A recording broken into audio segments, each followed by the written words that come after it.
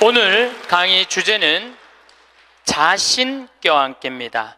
여러분들 이 세상에서 나 자신을 가장 잘 알고 이해할 수 있는 사람은 누굴까요?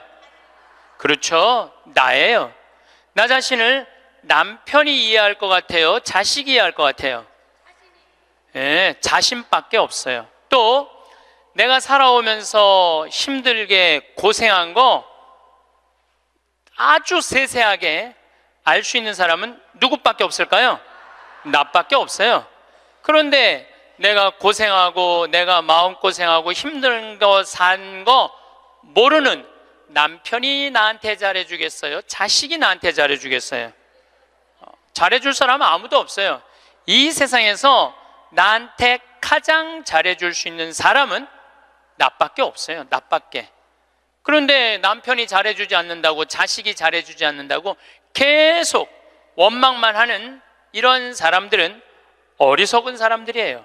그러니까 오늘 이후부터 여러분들 남편이 잘해줄 때까지 기다리지 말고, 자식이 잘해줄 때까지 기다리지 말고, 누가 자신한테 잘해주면 돼? 내가 나한테 잘해주면 돼요. 간혹 이런 사람들이 있어요. 나는 남편 판검사 만든다고, 남편 의사 만든다고, 남편 출세시킨다고, 자식 공부시킨다고 내 인생을 다 걸었는데 남편이 그런 공로 모르고 자기가 출세하고 돈 벌고, 그러니까 이게 정신 못 차리고 바람 피고, 자식은 또 이 여우 같은 며느리 하나 얻더니 엄마 고생한 것도 모르고 며느리년한테 미쳐갖고 그냥 엄마 쳐다도 안 보면, 이런 분들이 이런 얘기를 해요. 나 인생 헛살았다. 내 모든 걸 걸었는데 남편도 나를 몰라주고 자식도 나를 몰라주고 나 인생 헛살았다. 이렇게 말하는 분들이 있는데, 오늘 이후부터 모두 걸지 마세요. 오늘 이후부터 반만 거세요. 반만. 남편하고 자식들, 주위의 친지, 형제들 위해서 반만 거세요. 반은 누굴 위해서 남겨놔야 돼? 나를 위해서 남겨놔야 돼요. 왜냐? 내가 껍데기로 사는 한 아무리 남편이 출세하고 아내가 뭐 행복하고 자식이 잘 돼도 다 소용없어요. 제가 지난 3월 달에 대구에 강의를 갔어요. 근데 거기 본당 신부님이 프란치스칸이었어요. 프란치스칸. 오늘처럼 날씨가 엄청 추웠어요. 근데 신부님이 맨발로 다니더라고. 양말을 안 신고 맨발로. 처음에는 프란치스칸 신부님들이 맨발로 다니는 신부님을 몇 분 봤어요. 정말 이상하더라고요. 그 추운데 맨발로 슬리퍼만 신고 다니는 걸 보니까 이상한데, 전 세계 프란치스칸 신부님들은 다 맨발로 다녀요. 프란치스코 성인, 가난한 성인, 맨발로 다니신 성인, 그걸 본받는다고 맨발로 다니더라고요. 그냥 수단을 입고 맨발로 다니는데 그 추운데 마음이 좀 짠하더라고요. 그런데 이 신부님은 또 성서학 박사야. 또 거기다 맨발로 다니고 있는데 성서학 박사야. 우리 신학 박사들 중에 여러 박사가 있어요. 윤리신학 박사, 교회법 박사, 뭐 무슨 여러 성서 박사들이 있는데 그 중에 박사하기 따기 제일 힘든 게 뭐냐면 성서학 박사예요. 최소한 10년은 걸려요. 성서 박사를 따려면은 히브리어, 히라버, 라틴어, 이탈리아에서 공부하면 이탈리아어, 독일에서 공부하면 독일어, 프랑스에서 공부하면 불어, 영어는 기본적으로 해야 되겠죠. 5개 국어를 해야지 박사학위를 딸 수 있는 거예요.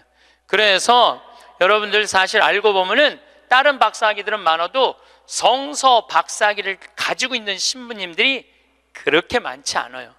굉장히 어려운 거예요. 이 신부님이 10년 동안 공부를 하고 박사학위를 땄대요. 로마에서. 너무너무 신이 나더래. 이건 정말로 너무 자랑스러운 일 아니에요. 그 어려운 박사학위를 땄으니까. 그래갖고 그냥 내가 같이 공부하던 친구, 신부들, 수도자들이 축하해 줄 알고 기숙사에 막 뛰어 올라갔는데, 나 박사학위 땄다고 뛰어 올라갔는데 아무도 모르더래요. 자기가 박사학위 딴 거를. 왜냐? 자기 공부하기 바쁜데 옆에 있는 사람 박사학위 따는 거 그거 신경 쓸 시간이 없는 거예요. 축하는 하고 싶은데 아무도 자기 박사하겠다는 걸 모르는 거야. 뭔가 좀 기분이 좀 그렇더래요. 근데 이제 기숙사에서 이렇게 이 거울을 딱 이렇게 보는데 자기 모습을 딱 보고, 그래, 내가 나한테 축하를 해줘야 되겠다. 그리고 자기를 꼭 끌어안았대요. 그러면서 이렇게 말했대요. 그 신부님 본명을 내가 좀 바꿀게요. 베네딕토야, 너 정말로 수고 많이 했다. 너 10년 동안 얼마나 애 많이 썼느냐. 그 자기를 이렇게 토닥토닥 거려줬대요. 우리 부관장 신부님도 로마에서 공부하고 온 신부님인데 유학이 얼마나 힘드냐면은 그 뭐 음식이 마저 언어가 제대로 돼. 공부를 이렇게 하다가 보면은 눈물이 그냥 쭈르륵 떨어진대요. 너무너무 힘들어서.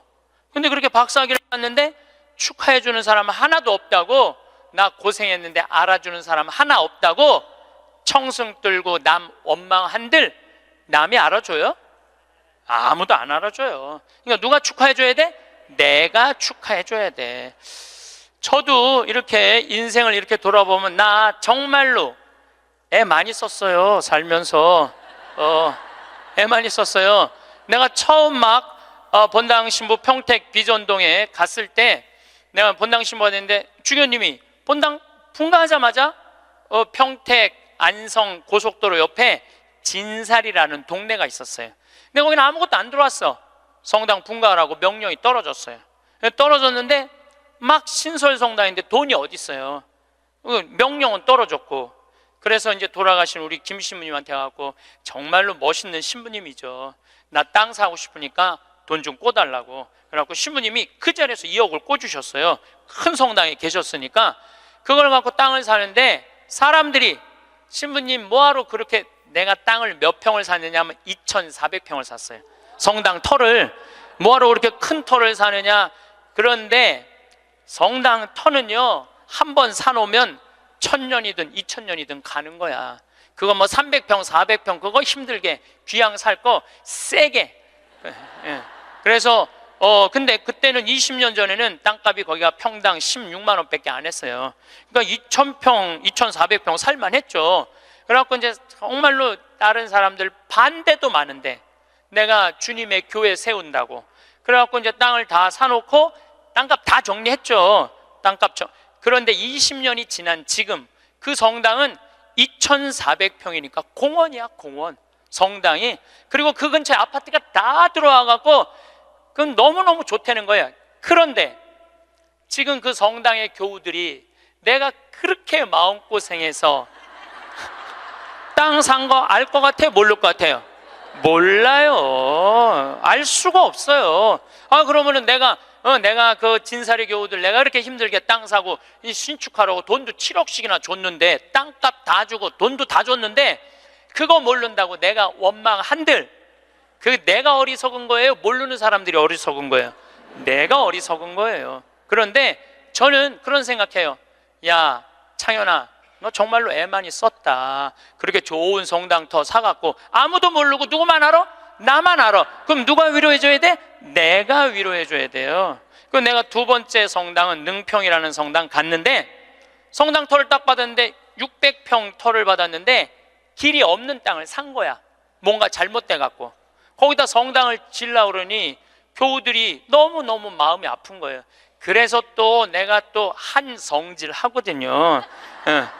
교구청에 뛰어 올라가갖고 길도 없는 데다 분가를 하고 이게 뭐냐 하고 난리를 쳐갖고 돈을 받아갖고 그 능평성당도 2,400평을 샀어요. 제가 15년 전에 능평성당에. 그래서 요즘은 그 동네가 땅값이 뛰어갖고 뭐 수백만 원이래 평당. 근데 2,400평을 그때 샀으니까 참. 그런데 그거 지금 그 능평성당 교우들이 내가 그렇게 마음고생하면서 산 거 알 것 같아? 모를 것 같아요? 몰라. 모르는데 그거 모른다고 내가 섭섭하다고 그러고 내가 고생한 거 아무도 알아주는 사람 없다고 그렇게 남 원망만 하면 내 자신이요 웃기지도 않는 거예요. 내가 하느님의 교회, 하느님의 땅, 그리고 내가 땅을 삼으로 해서 수많은 교우들이 10년, 15년 지난 그 교우들이 거기서 행복공원 같은 성당에서 사면 그걸로 됐지. 남이 굳이 알아줘야 돼?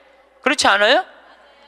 대신 나는 나한테 이런 말을 해요.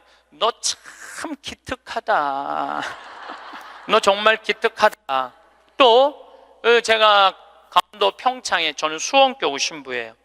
평창은 원주교구 소속이에요. 근데 거기다가 우리 교우들도 이제 좀 가서 쉴 수 있는 공간이 필요하다. 그래갖고 20년, 그것도 20년 전부터 제가 시작한 일이에요. 막 뛰어다니면서 거기다 집 질라고 그럴 때 수많은 사람들이 반대했어요.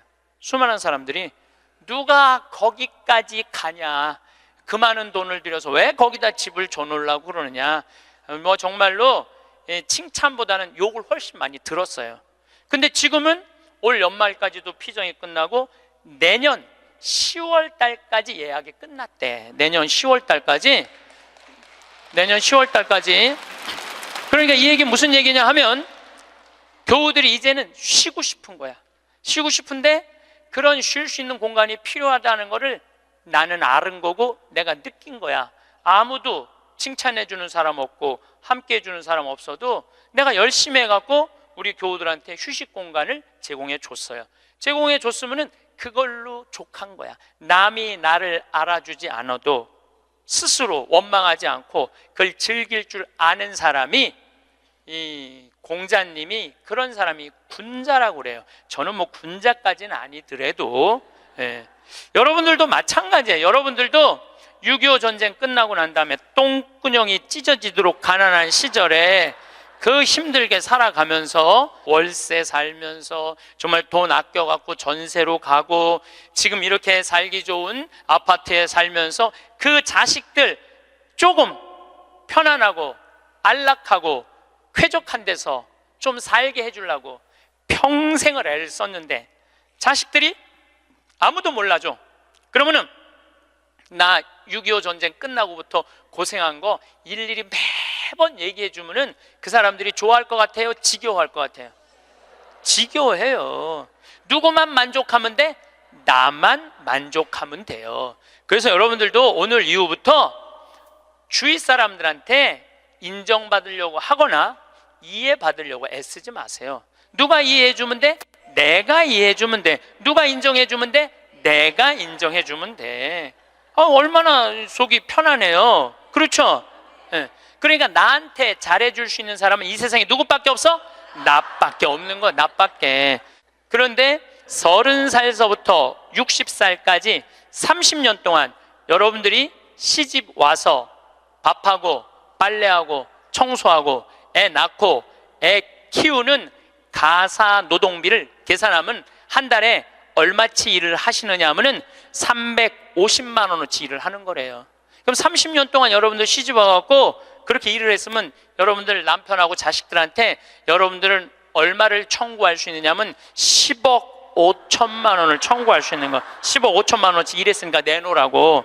그러니까 여러분들은 지금 결혼 생활 30년 하신 분들은 적어도 10억 원어치 일을 하신 분들이야. 수원에서 아주 재미난 일이 있었어요. 무슨 일이 있었느냐 하면 한 성당에서 한 상임위원이 교우들을 꼬신 거야. 어떻게 꼬셨느냐 하면 나한테 돈을 맡기면은 15% 이자를 주겠다고. 그래서 한 성당에서 교우들이 1억도 갖다 맡기고 5천만 원도 갖다 맡기고 그런 거예요. 근데 여러분들 요즘 법정이자가 1.25%예요. 법정이자가 1.25%인데 15%를 준다는 거는 이건 사기야. 100% 사기라고 보시면 돼요. 5% 이자 준다고 그래도 사기야. 10% 이자 준다고 그래도 사기야. 15% 준다는 건 이건 생각할 것도 없이 사기예요. 그런데 1억을 은행에다 맡기면 한 달에 얼마를 받느냐면 10만 4천 원을 받아요. 여러분들이 지금 1억을 은행에다 맡기잖아요. 그럼 한 달에 10만 4천 원을 받을 수 있어요. 근데 이 사람 전례 분과장이래. 성당에 전례 분과장한테 맡기면은 한 달에 얼마를 받을 수 있느냐면은 125만 원을 받을 수 있는 거야. 그러니까 눈이 뒤집혀져요, 안 뒤집혀져요? 판단력이 사라져요, 안 사라져요? 1억 가지고 한 달에 10만 원 받는 게 나아, 한 달에 120만 원 받는 게 나아. 그래서 이 전래 분과장한테 홀딱 다 맡긴 거야. 근데 요즘 경제 성장이 1%, 2% 그러는데 무슨 재주로 15% 이자를 줘요? 이 사람 결국은 지금 감옥에 갔어요. 300억은 다 날라갔고. 그러면 이 사람들은 5천만 원, 1억 맡긴 사람들 돈 이거 다 날라간 거예요. 써보지도 못하고 날라간 거야. 뭐 이자 한두 번 받아 먹었겠지. 한두 번 해먹으려면은 좀 꼬셔야 될 거 아니야. 그러니까 야 진짜 15% 나오더라. 한 3달, 4달 되면서 딱 끝나고 나니까 딱 먹고 끝난 거예요. 그래갖고 이 성당이 풍비박살이 났대. 풍비박살. 냉담자 속출하고. 예. 본당 신부님 정말로 이게 권위 땅에 떨어지고 전래 분과장인데 참 기가 막힌 거죠. 그러면은 15% 이자 받아 먹겠다고 돈 맡긴 사람이 나빠요? 15% 이자 주겠다고 꼬신 사람이 나빠요? 둘 다 나빠. 둘 다. 내가 보기에는 여러분들 돈 5천만 원이면은요 이스라엘 성지순례를 10번을 갔다 올 수 있는 돈이에요. 10번.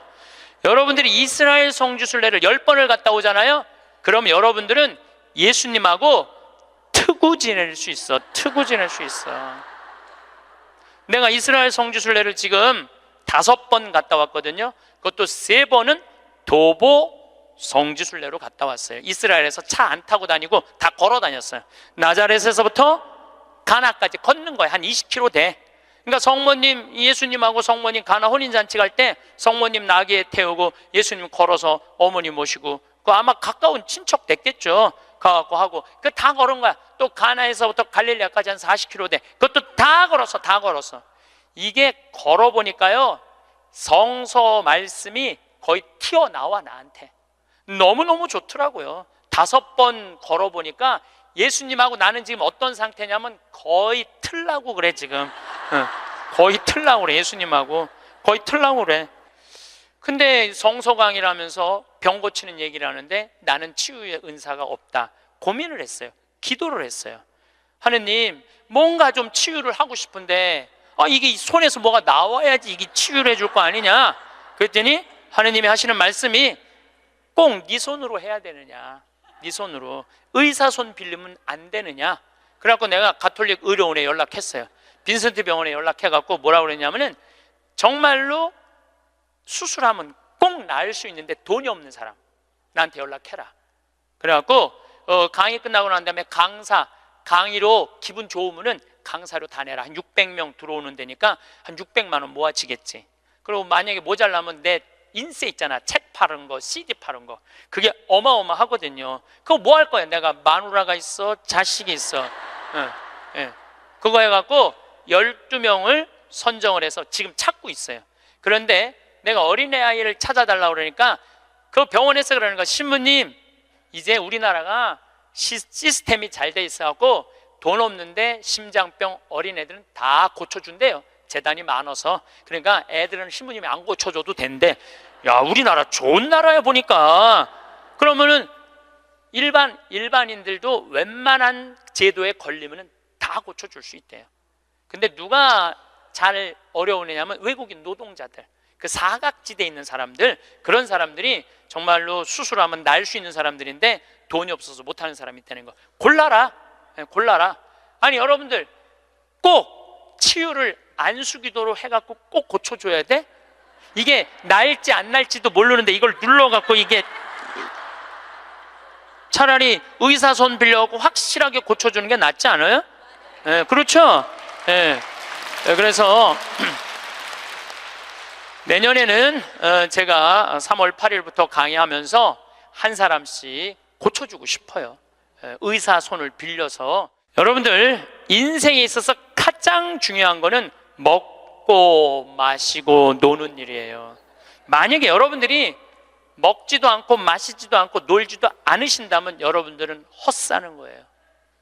먹고 마시고 놀아야지 인생을 제대로 사는 거예요. 이거는 예수님도 그러셨고 소크라테스도 그랬고 공자님도 그랬고 부처님도 그랬어요. 다. 근데 이분들은 1억 모은다고 먹지도 마시지도 놀지도 않은 거야. 근데 앞으로도 못 쓰는 거예요. 그럼 이분들은 가슴에 피멍이 드는 거예요. 그리고 이분들 뭐라고 그럴 것 같아? 내가 성당 나갔더니 사기꾼밖에 없더라.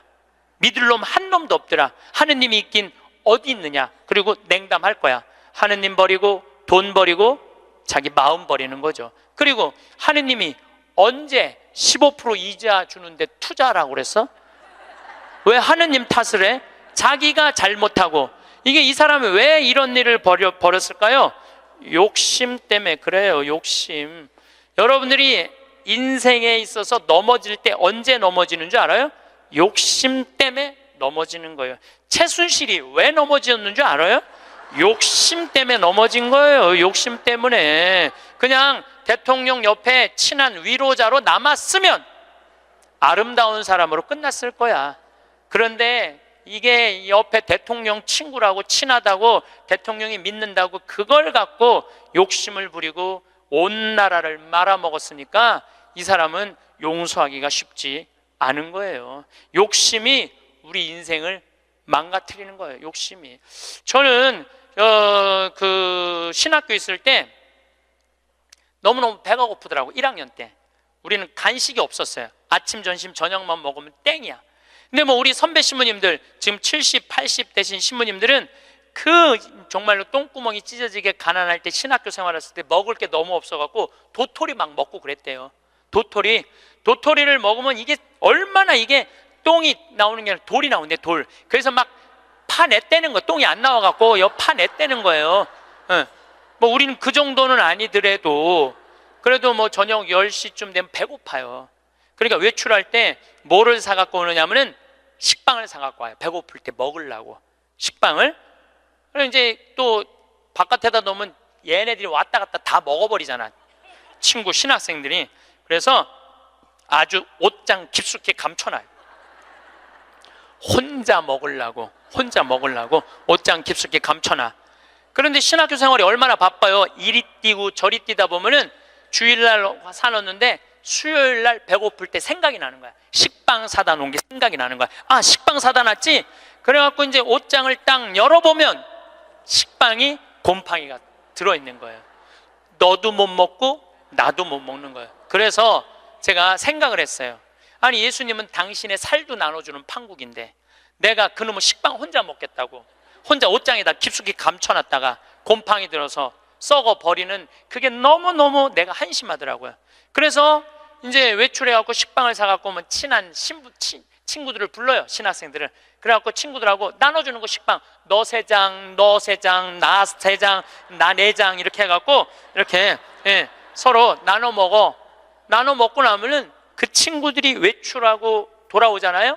외출하고 돌아오면은 자기네들이 먹을 거 사면 딱 불러요. 나한테 식빵 얻어먹은 애들은. 그래갖고 또 나눠 먹어. 그래서 신학교 내내 정말로 풍요롭게 살았어요. 넉넉하게, 행복하게.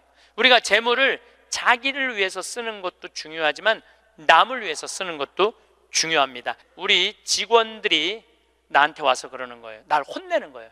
신부님도 은퇴해서 돈이 필요하다는 거예요. 신부님도 은퇴해서 돈이 필요하다는 거예요. 아니, 지금이야 신부님 강사료도 많고 인세도 많고 찾아오는 사람도 많고 용돈도 많이 주지만 신부님 은퇴하면 생각하는 사람 아무도 없다는 거야. 찾아오는 사람도 없고 불러주는 데도 없으면 신부님 늙어서 뭐 맛있는 것도 먹고 여행도 다니고 싶은데 돈 없으면 어떻게 하려고 이 돈을 다 써버리느냐고 나를 막 혼내더라고. 직원들이 돈 쓰지 말라고. 나중에 평창 은퇴하고 나면 거기서 돈 많이 행복하게 살려면은 저는요, 만약에 내가 은퇴했는데 주머니에 돈이 한 푼도 없잖아요. 그럼 난 어떻게 할 거냐면은 사제관에 가만히 앉아 있을 거야.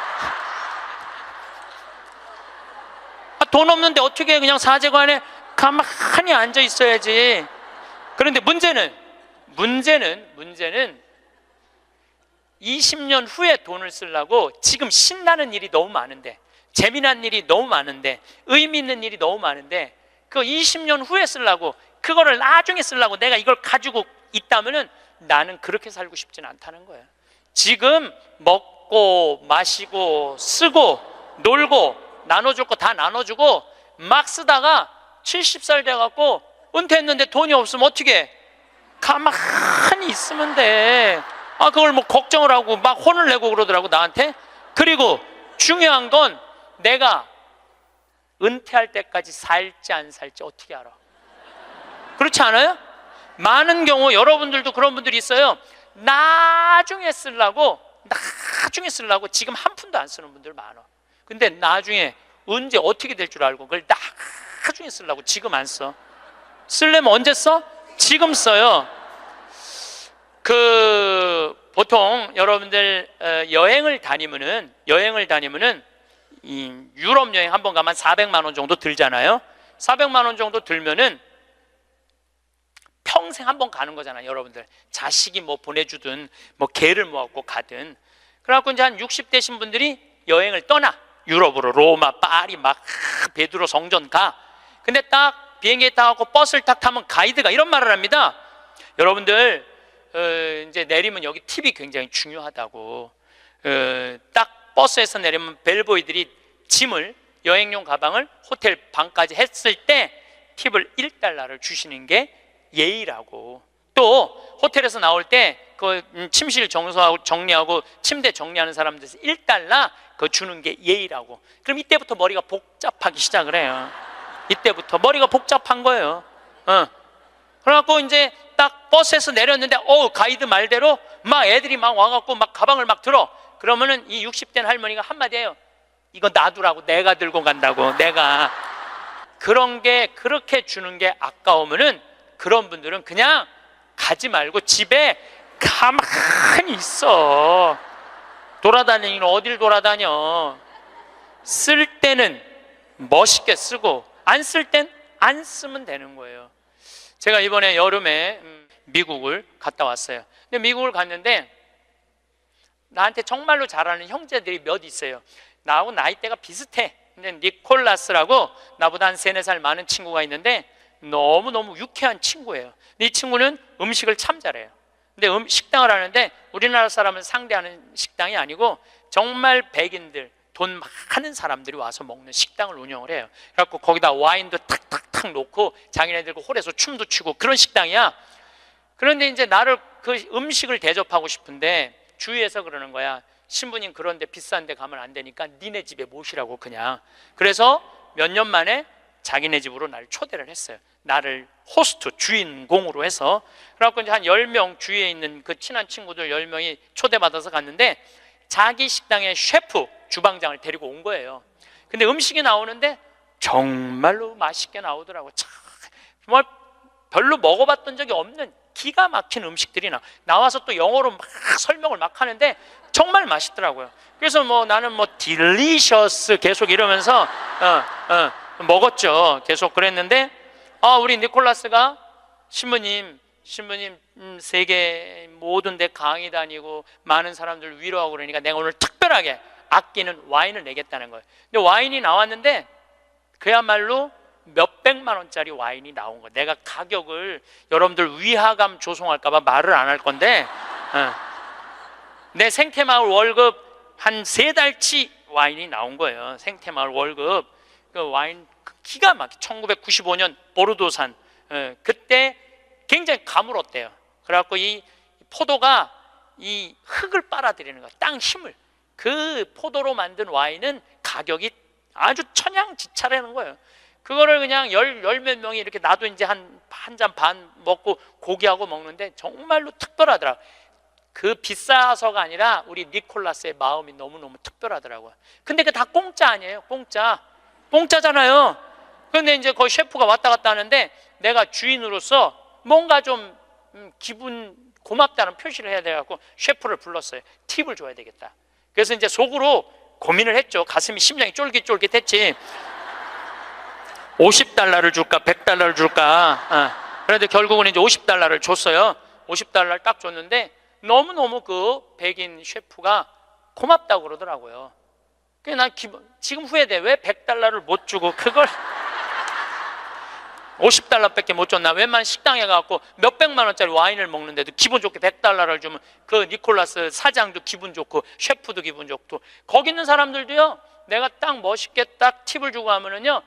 뒤에서 그래. 야, 우리 신부님 정말 멋있다. 근데 내가 하나도 안 내놓고 그냥 가면 저 신부님 좀스러우네. 다 그래요. 알고 보면. 그래서 우리가 인생을 살면서 내가 가치로우려면 내가 벌은 재물을 나눌 줄도 알고 자기를 위해서 멋있게 쓸 줄도 알아야 돼. 근데 만약에 여러분들 돈이 없으면 여러분들 어떻게 하면 되냐면 집에 가만히 있으면 돼. 그것도 결코 슬픈 거는 아니에요. 3년에 걸쳐서 강의 주제가 참 재밌어요.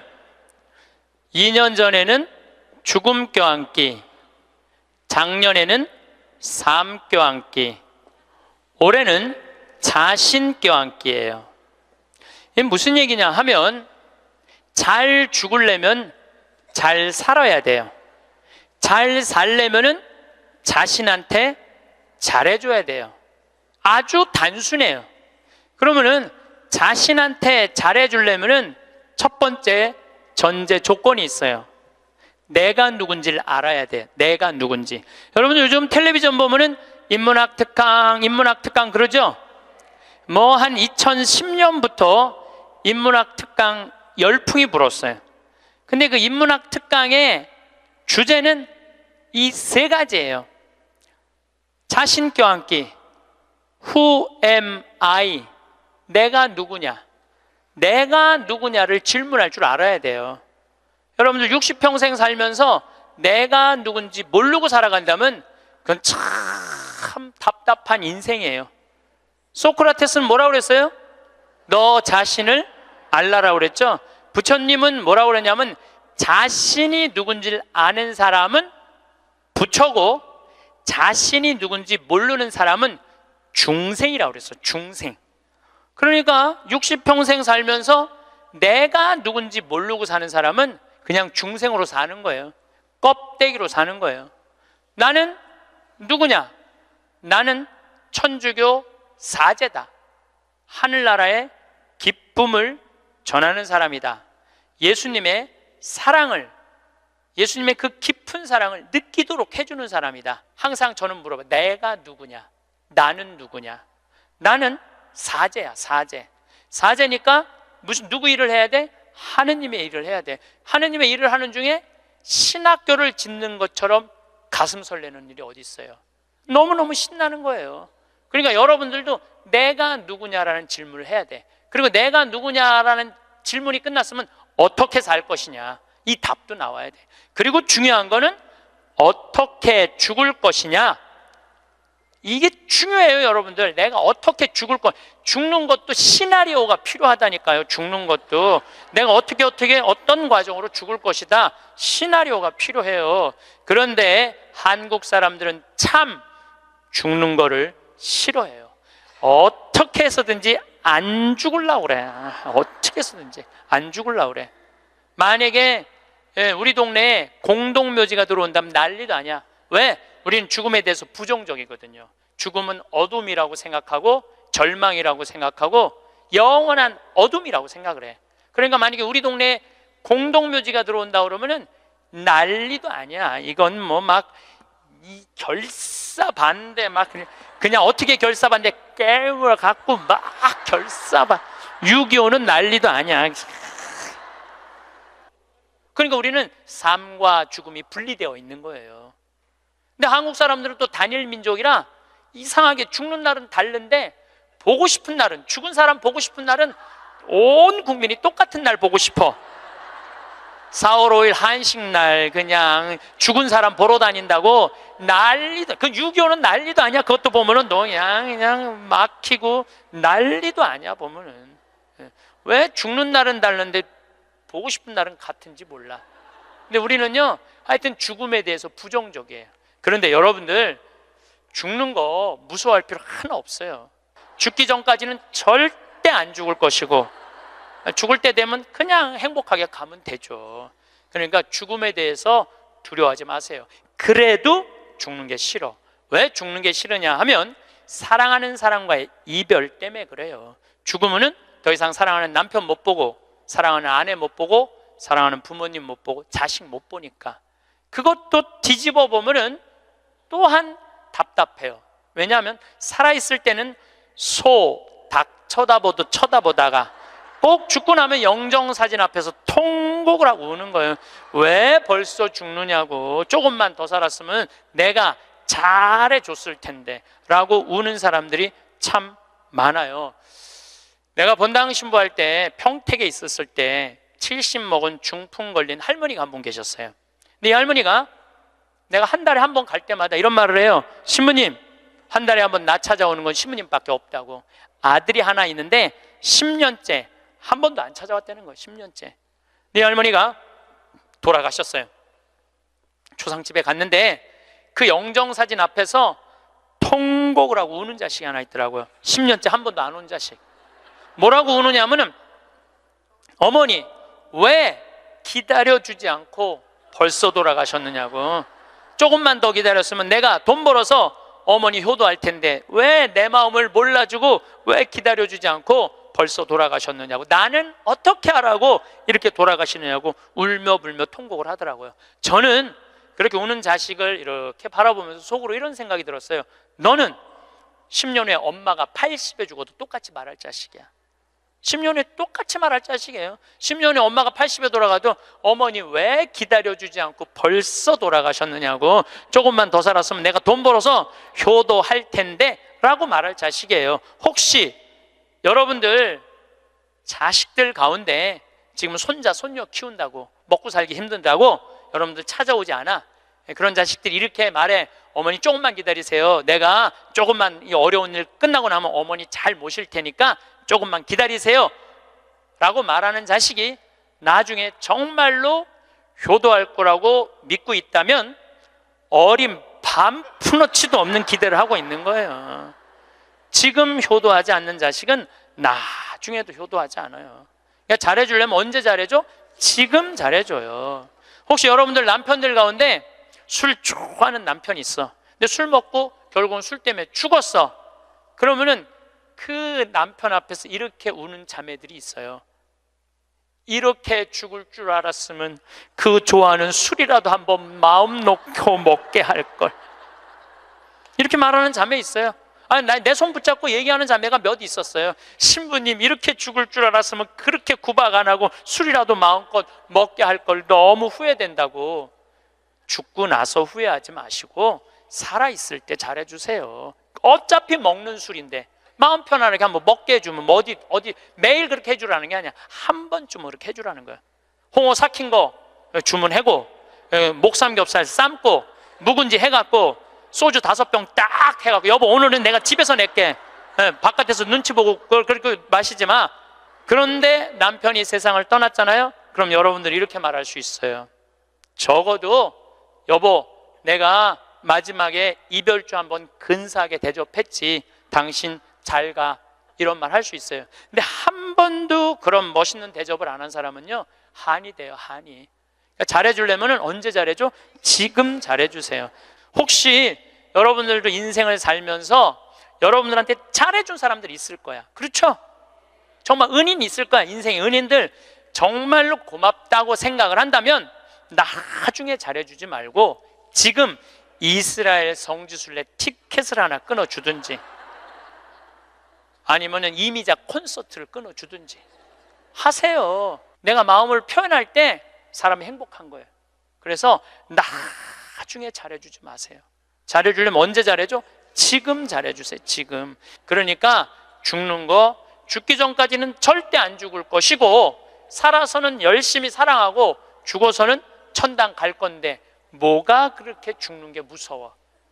안 죽으려고 용을 써요. 여러분들 오래 사는 게 좋아요? 막 80살에서부터 100살까지 누워서 똥오줌 싸가면서 벽에 똥칠해가면서 오래 사는 게 좋아요? 네가 누군지 내가 누군지도 모르면서 자식들 서로 네가 모실 거냐 내가 모실 거냐 하면서 원수 만들어가면서 오래 사는 게 좋아요? 나는 오래 사는 건 좋은 게 아니에요. 오래 사는 거는 그냥 사는 날까지 즐겁게 사는 게 중요한 거야. 그냥 사는 날 매일매일 즐겁게 사는 게 제일 중요해. 먹고 마시고 노는 일이 참 중요한 거예요. 그래서 여행도 다니고 피정도 이렇게 다니고 친구들하고 단풍 구경도 가고 돌아다닐 수 있을 때까지 돌아다니다가 86살에 그냥 주무시다가 죽어. 그냥 100살까지 건강하시면 안 죽어도 돼요. 그런데 돈 쓰는 거 아까워갖고, 돈 쓰는 거 무서워갖고 쓰지도 못하고 뒷방에 쭈그리고 앉아서, 그러면 어떻게 되는 줄 아세요? 다리에 힘 풀리면 누워서 똥오줌 싸요. 너도 피해주고 나도 피해주는 거야. 그런 사람들이 힘든 거예요. 그냥 건강하게 움직이는 사람은 사는 날까지 건강하게 살 수 있어요. 행복하게 살 수 있어요. 그렇게 살으라는 거예요. 저는 여러분들이 사는 날까지 즐겁게 살기를 바라는 거예요. 사는 날까지. 저는 6년 전에 위암 수술을 했어요. 위를 3분의 2를 잘라냈어요. 근데 제가 6년 전 4월 6일 날 수술을 했는데 2월 달에 진단을 받았어요. 2월 달에 진단을 받았는데 내가 수녀님한테 그랬어요. 수술 날짜가 언제냐? 4월 6일이라고. 내가 4월 3일까지 사순 특강 잡아놓은 스케줄이 있으니까 4월 3일까지 강의를 하겠다. 그리고 4월 3일 날 병원에 들어가겠다. 수술하고 3일 지나고 나서 조치를 별로 취하는 게 없더라고. 요즘은 더 이상 조치 취할 거 있느냐? 없대. 난 퇴원해야 되겠다. 수술 강의가 많아서. 그래서 나갔어요. 근데 수녀님이 또 전화 왔어. 신부님, 죽는 거 무섭지 않냐는 거예요. 죽는 거. 난들 왜 죽는 게 안 무서웠겠어? 이렇게 멀쩡하게 강의하고 저녁에 사제관에 가갖고는 누워서 죽으면 어떻게 하나 고민했죠. 근데 내가 46 인생을 돌아보니까 50개 나라를 다녔어요. 하고 싶은 대로 다 하고 산 거예요. 그리고 2개 본당 신부, 평택 비전동, 경기도 광주 능평 본당 신부 하면서 교우들 원 없이 사랑했고 사랑받았고, 또 평창에 들어와서 생태마을 꾸며서 수많은 정말 외롭고 힘든 사람들 와서 행복 느끼고 삶이 변하고, 뭐 우리나라 교우들만 와 전 세계에 있는 우리 교우들도 많이 오고, 우리 천주교 신자만 개신교, 불교, 비신자들도 많이 와서 행복을 느끼고, 이러면 됐지. 그냥 떠나도 되겠더라고요. 딱 마음에 하나 걸리는 게 있었어요. 부모님 앞서가는 거. 불효 중에 최고의 불효는 뭐예요? 부모님 앞서는 거예요. 나는 우리 어머니 아버지가 너무 오래 살아. 죽고 싶어도 부모 때문에 못 죽어. 죽고 싶어도 부모 때문에 못 죽어요. 그래서 전 수술할 때까지 집에 안 알렸어요. 1달 반 동안 안 알려서. 뭐 좋다고 알려. 수술할 때도 교구청의 관리국장, 우리 지금은 이제 천지남에 가셨지만 관리국장님한테 연락해서 사인하라고 그랬어요. 뭐 집 떠났는데 뭐 부모가 와서 사인을 해. 나이가 어려? 뭐가 어려? 그래갖고 교구청에서 사인하고 수술하고, 수술 끝나고 내 얘기 다른 사람한테 들을까봐 그때 말씀드렸어요. 부모님 외에는 언제든지 떠날 수 있어요. 여러분들도 떠날 준비를 하셔야 돼요. 그래서 여러분들, 제가 요즘 이 강의 때문에 자료를 좀 보니까 참 중요한 얘기예요. 여러분들 자식들하고 나 의식이 없으면은 어떻게 하라고 얘기해 줘야 돼요. 이따가 죽었어. 그러면은 어떤 자식은 수술을 해야 된다, 어떤 자식은 그냥 놔두자, 이러면서 자기네들끼리 또 싸워. 그래서 아까 말씀드렸듯이 죽음에는 시나리오가 필요해요. 내가 어떤 과정으로 죽어갈 것이냐. 그래서 여러분들 죽음의 문제만 해결되면요, 사는 문제도 그렇게 어렵지 않습니다. 제가 마지막 아름다운 노년을 위해라는 글을 마침 기도로 바치겠습니다. 성부와 성자와 성령의 이름으로. 우리는 살아오다 어느 날 문득 노년을 보내고 있는 자신을 발견하게 된다. 머리카락은 희끗희끗 반백이 되어 있고 생각과 말과 몸은 마음같이 움직이지 않고, 자신보다 훨씬 커버린 자녀들은 사회인이 되었고 영원히 함께 있을 것 같았던 그들이었건만 이내 하나둘 우리들의 품을 떠나가며 어느새 결혼을 하여 아빠 엄마가 되어 있다. 100년을 함께 살자고 맹세했던 부부는 오랜 세월을 살아오면서 어쩔 수 없이 늙어가는 서로를 바라보며 노년을 보낸다. 가족을 너무 의지하지 마라. 그렇다고 가족의 중요성을 무시하라는 것은 아니다. 움직일 수 있는 한 나 아닌 다른 사람을 의지하는 건 절대 금물이다. 자신의 노년은 그 어느 누구도 대신해 주지 않는다. 당신이 진정으로 후회 없는 노년을 보내려거든 자신의 것을 스스로 개발하고 스스로 챙겨라. 그리고 반드시 한두 가지의 취미 생활을 가져라. 산이 좋으면 산에 올라 세상을 한번 호령해보고, 물이 좋으면 강가에 앉아 낚시를 해라. 운동이 좋으면 어느 운동이든 땀이 나도록 하고, 책을 좋아하면 열심히 책을 읽고 글을 써라. 자식들에게 너무 기대하지 마라. 자식에게서 받은 상처나 배신감은 쉽게 치유가 되지 않기 때문이다. 부모를 만족시켜주는 자식은 그렇게 많지 않다. 기대가 큰 자식일수록 부모의 마음을 아프게 한다. 악처가 효자보다 낫다는 옛말은 참고할 만하니 식어가는 부부간의 사랑을 되찾아 뜨겁게 하라. 그리고 이 나이는 사랑보다 겹겹이 쌓여진 묵은 정으로 서로의 등을 씻어주며 사는 것이 아니겠는가. 여러분, 오늘 황창현 신부님의 자신 껴안기 강연 말씀을 다시 한번 깊이 새기면서 우리 삶을 더욱 풍요롭게 가꾸는 지혜를 함께 나누고 싶습니다. 신부님의 말씀 한마디 한마디가 우리 마음속 깊은 곳을 어루만지는 듯하며 특히 우리가 삶의 황금기를 보내고 있는 지금 더욱 마음에 와닿는 내용들이 많습니다. 첫째로 신부님께서는 나를 가장 잘 아는 것은 나 자신이고 나에게 먼저 잘해줘야 한다고 거듭 강조하십니다.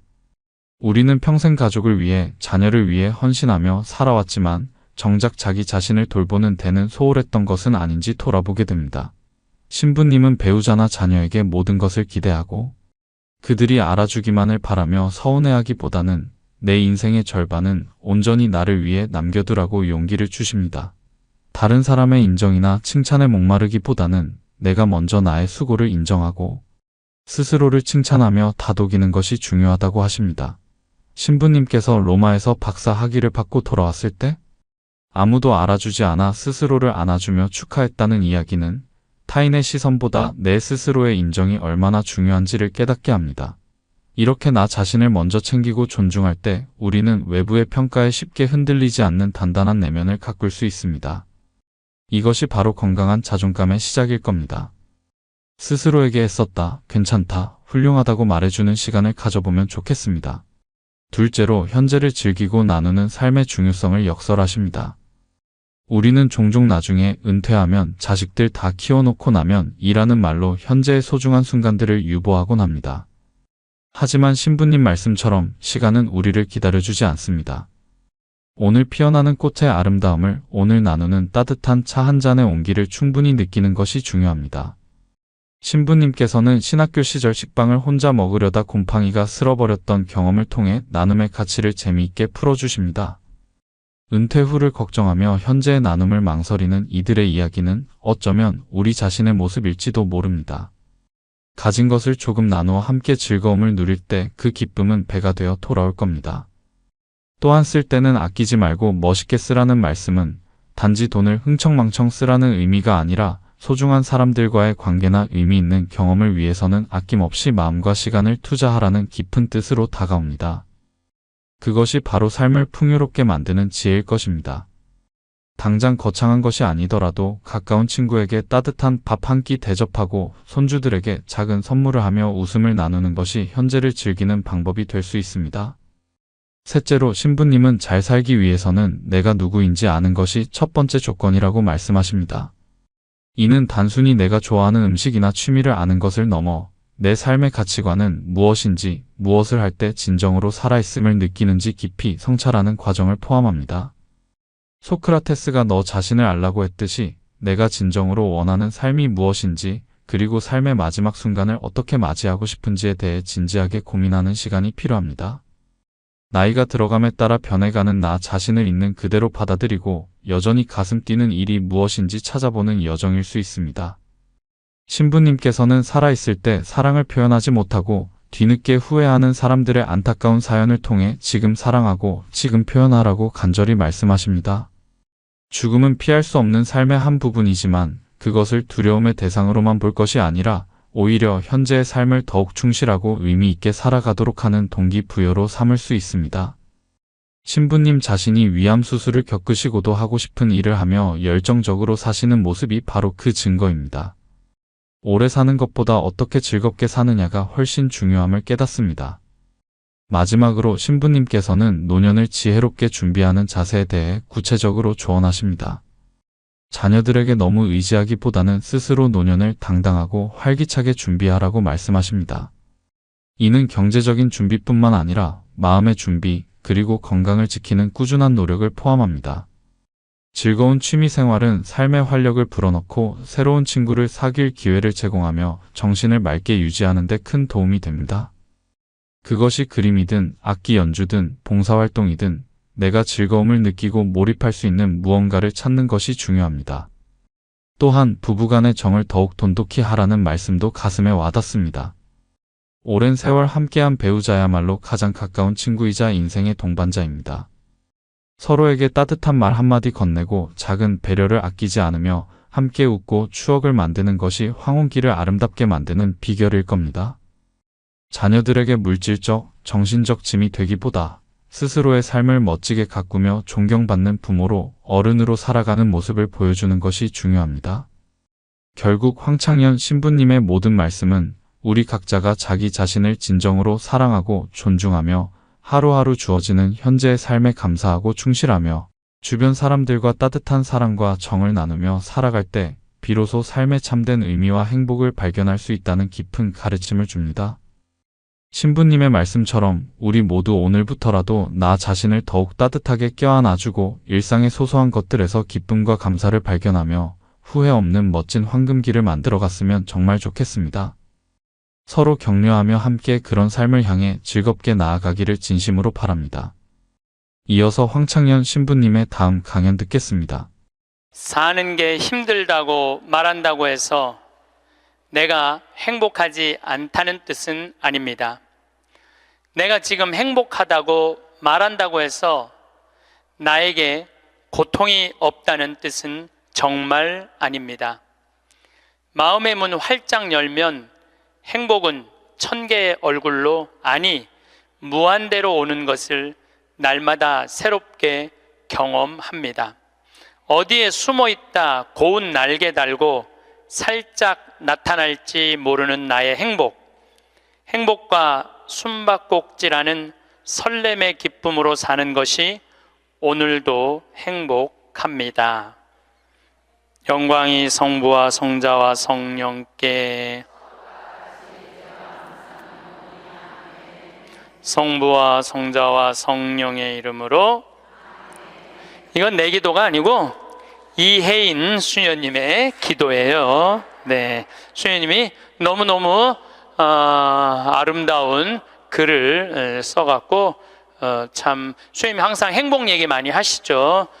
수녀님도 투병하시면서도 이렇게 멀리서 제가 이렇게 뵈면은 정말 하느님의 행복을 나눠주는 분 같아요. 자, 그렇다면 우리 인간은 잘 죽으려면 잘 살아야 돼요.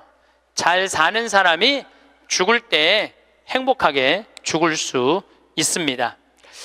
이 세상에서 보통 안 먹고 안 마시고 안 놀고 고생한 사람이 70살에 당신 암이라고 그러면은 이분들이 공통적으로 하는 얘기가 있어요. 나는 억울해서 못 죽는다고. 공통적으로 하는 얘기가 그 얘기예요. 평생 고생만 하고 살았는데 나는 억울해서 못 죽는다고. 나는 호강해야 된다고. 이때부터 산삼을 캐와라, 좋은 의사를 대라, 다 소용없는 짓이에요. 그러니까 암 걸리기 전에, 당신 죽는다는 얘기하기 전에 이 삶을 만끽하고 삶의 기쁨 속에서 사실 필요가 있다는 겁니다. 그럼 우리나라 1살서부터 30살 행복하냐? 30살서부터 60살 행복하냐? 60살서부터 120살 행복하냐 이거예요. 제 얘기는 제가 왜 120살이라고 말씀드리느냐 하면 20년 전에 제가 강의할 때 앞으로 100세 시대 올 겁니다 라고 말씀드렸을 때 많은 할머니들이 이렇게 말했어요. 신부님, 끔찍한 소리 하지 마세요. 무슨 100살을 살아요? 그런데 요즘 텔레비전에 100세 안보장, 100세 연금보장 나와요, 안 나와요? 나오죠? 이런 거 나올 줄 꿈에도 몰랐을 거예요. 그럼 앞으로 20년 후에 텔레비전에서 100세 안보장, 100세 연금보장 나올까요? 20년 후에는 120세 안보장, 120세 연금보장 나오게 돼 있어요. 그렇다면 지금 60대신 분들은 앞으로 몇 년을 더 살아야 되느냐면은 60년을 더 살아야 돼요. 60년을. 아까 첫 시간에 제가 이런 말씀 드렸어요. 남편하고 자식들을 위해서 전부 바치지 말라고. 얼마만 바치라고? 반만 바치라고. 반은 누구를 위해서 남겨놔야 돼? 나를 위해서 남겨놔야 돼요. 내가 행복해야지 남편도 행복하고 자식도 행복한 거예요. 내가 불행한데 어떻게 남편하고 자식이 행복할 수 있습니까? 우리 부모님이 80 넘어 돌아가셨다. 한번 손 들어보세요. 80 넘어 돌아가셨다. 우리 부모, 이렇게 많아요. 부모님이 90 넘어 돌아가셨다. 손 들어보세요. 손 내리시고, 우리 부모님이 아직 90이 넘었는데 아직도 살아계시다. 손 들어보세요. 자, 혹시 우리 부모님 아니라 이모, 고모라도 100살이 넘은 사람이 있다. 한번 손 들어보세요. 거긴 몇 살이에요? 104살. 그 뒤에 분은 101살? 네. 보통 제가 이렇게 강의할 때 2분 정도 100살 넘은 부모님 있다고 얘기를 해요. 2분 정도. 무슨 얘기냐면은 지금 한국에 100살 넘은 사람이 몇 명이냐면 2만 명이에요. 2만 명. 100살 넘은 사람이, 아니, 옆에 아무나 100살 넘은 사람이 있으니까 2만 명이 넘어요. 그럼 앞으로 20년 후에는 내가 보기엔 20만 명 훨씬 넘어요. 여기 그 대상자들 전부 앉아 있는 거예요. 대상자들 전부 앉아 있는 거예요. 그러면은 1살서부터 30살 행복하냐? 1살서부터 30살은 뭐 해야 되는 나이냐면은 엄마 아빠, 중요한 건 친구들하고 먹고 마시고 놀아야 되는 나이예요. 여러분들, 사람이 되려면 책상 안에서 공부를 해야지 사람이 되는 게 아니에요. 사람이 되려면은 친구들하고 어우러져서 뛰어놀아야지 사람이 돼요. 엄마 아빠랑 그 정을 느끼면서 뜨거운 어머니의 사랑, 아버지의 사랑을 느끼고 살아야지 사람이 되는 거예요. 책상 안에서 공부만 한다고 사람이 되는 게 아니에요. 근데 초등학교 1학년 애가 엄마 아빠 친구들이랑 좀 먹고 마시고 놀라고 그랬더니 엄마 아빠가 이렇게 말합니다. 이놈의 새끼야, 네가 지금 먹고 마시고 놀 시간이 어디 있어? 공부해야지. 초등학교 1학년 애가. 제가 한동안 영어학원을 다녔어요. 잠비아 이제 가느냐고. 영어학원 이제 지하에다 주차를 해놓고 1층에 애들이 타요. 애들이 타면, 초등학교 애들이 타는 거죠. 영어학원 온다고 타는데 요만한 애가 가방을 2개를 메요. 앞에 하나, 뒤에 하나. 내가 물어봐요. 너 몇 학년이냐? 초등학교 1학년요. 그래요. 이거 가방을 왜 2개냐? 이거 학교 가방, 이거 학원 가방. 딱 그래, 애들이. 또 요즘 애들 중에 내가 너무 놀란 애들이 있어. 들어올 때 보면은 가방 안 메고 와요. 여행용 캐리어를 끌고 들어와. 여행용 캐리어를.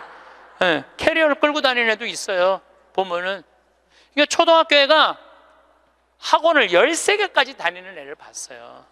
얘는 엄마 아빠 친구들이랑 먹고 마시고 놀 시간이 없는 애예요. 중학교 올라가면은요, 중학교 올라가면은 자율학습 해야지, 보충학습 해야지, 학원 다녀야지. 엄마 아빠랑 먹고 마시고 놀 시간이 어디 있어? 얘는, 인간은요 언제 행복하냐면은 먹고 마시고 놀 때 행복한 거예요. 이거는 내가 요즘 인문학 교수들 얘기를 들어보면 결론은 그거야. 근데 너는 나중에 행복해. 넌 지금 나중에 행복하려면 지금 먹고 마시고 놀지 말어. 그래갖고 먹고 마시고 놀지 못하게 해요. 그럼 너 서울대학 가서 먹고 마시고 놀아. 그럼 우리나라 서울대학 가는 애들은, 공부하는 애들의 0.5%만 서울대학을 가요. 99%는 서울대학 못 가요. 99%는 가지도 못할 서울대학 때문에 20년 인생을 다 날려버리는 거예요. 얘네들은 먹고 마시고 놀지 못하는 거예요. 그래서 얘네들 안에 뭐가 없느냐면 기쁨이 없어요. 얘네들 안에 뭐가 없느냐면 행복이 없어요. 친구가 있어야지 사람은 행복한 거예요. 우리나라 요즘 대통령 참 처지가 아주 애처롭게 됐죠. 이유가 뭐예요? 친구가 없어서 그런 거예요. 대통령에서 쭉 자랐고 결국은 자라고 난 다음에도 가까이 할 수가 없었던 여건이에요. 친구가 없는 사람은 판단력이 떨어지게 돼 있어요. 친구가 없는 사람은 정보가 취약할 수밖에 없어요. 그 부모로부터 받은 후광 외에는 아무것도 없었던 거예요. 지금 와서 보니까. 여러분들 자식들도 정말로 답답하게 키우고 싶으면 계속 학원 보내면 돼요. 예. 그러면은 우리 대통령 같은 모습으로 나중에 변할 거예요. 그러니까 제일 중요한 거는 먹고 마시고 노는 거예요. 그럼 얘가 30년 동안 30살 이후부터 너 행복해야 돼. 그래서 30살부터 얘가 삼성에 취직해갖고 행복할 수 있다고 생각하세요? 우리말에 이런 말이 있어요. 먹어본 놈이 먹고 놀아본 놈이 논다고. 먹고 마시고 노는 것도 아무나 먹고 마시고 노는 게 아니에요. 먹고 마시고 놀 줄 모르면은 얘는 나중에도 행복할 수가 없어요. 나는 직원들한테도 나중에 잘 안 해줘요. 언제 잘해줘? 지금 잘해줘. 지금 잘해주려면 지금 잘해줘. 예.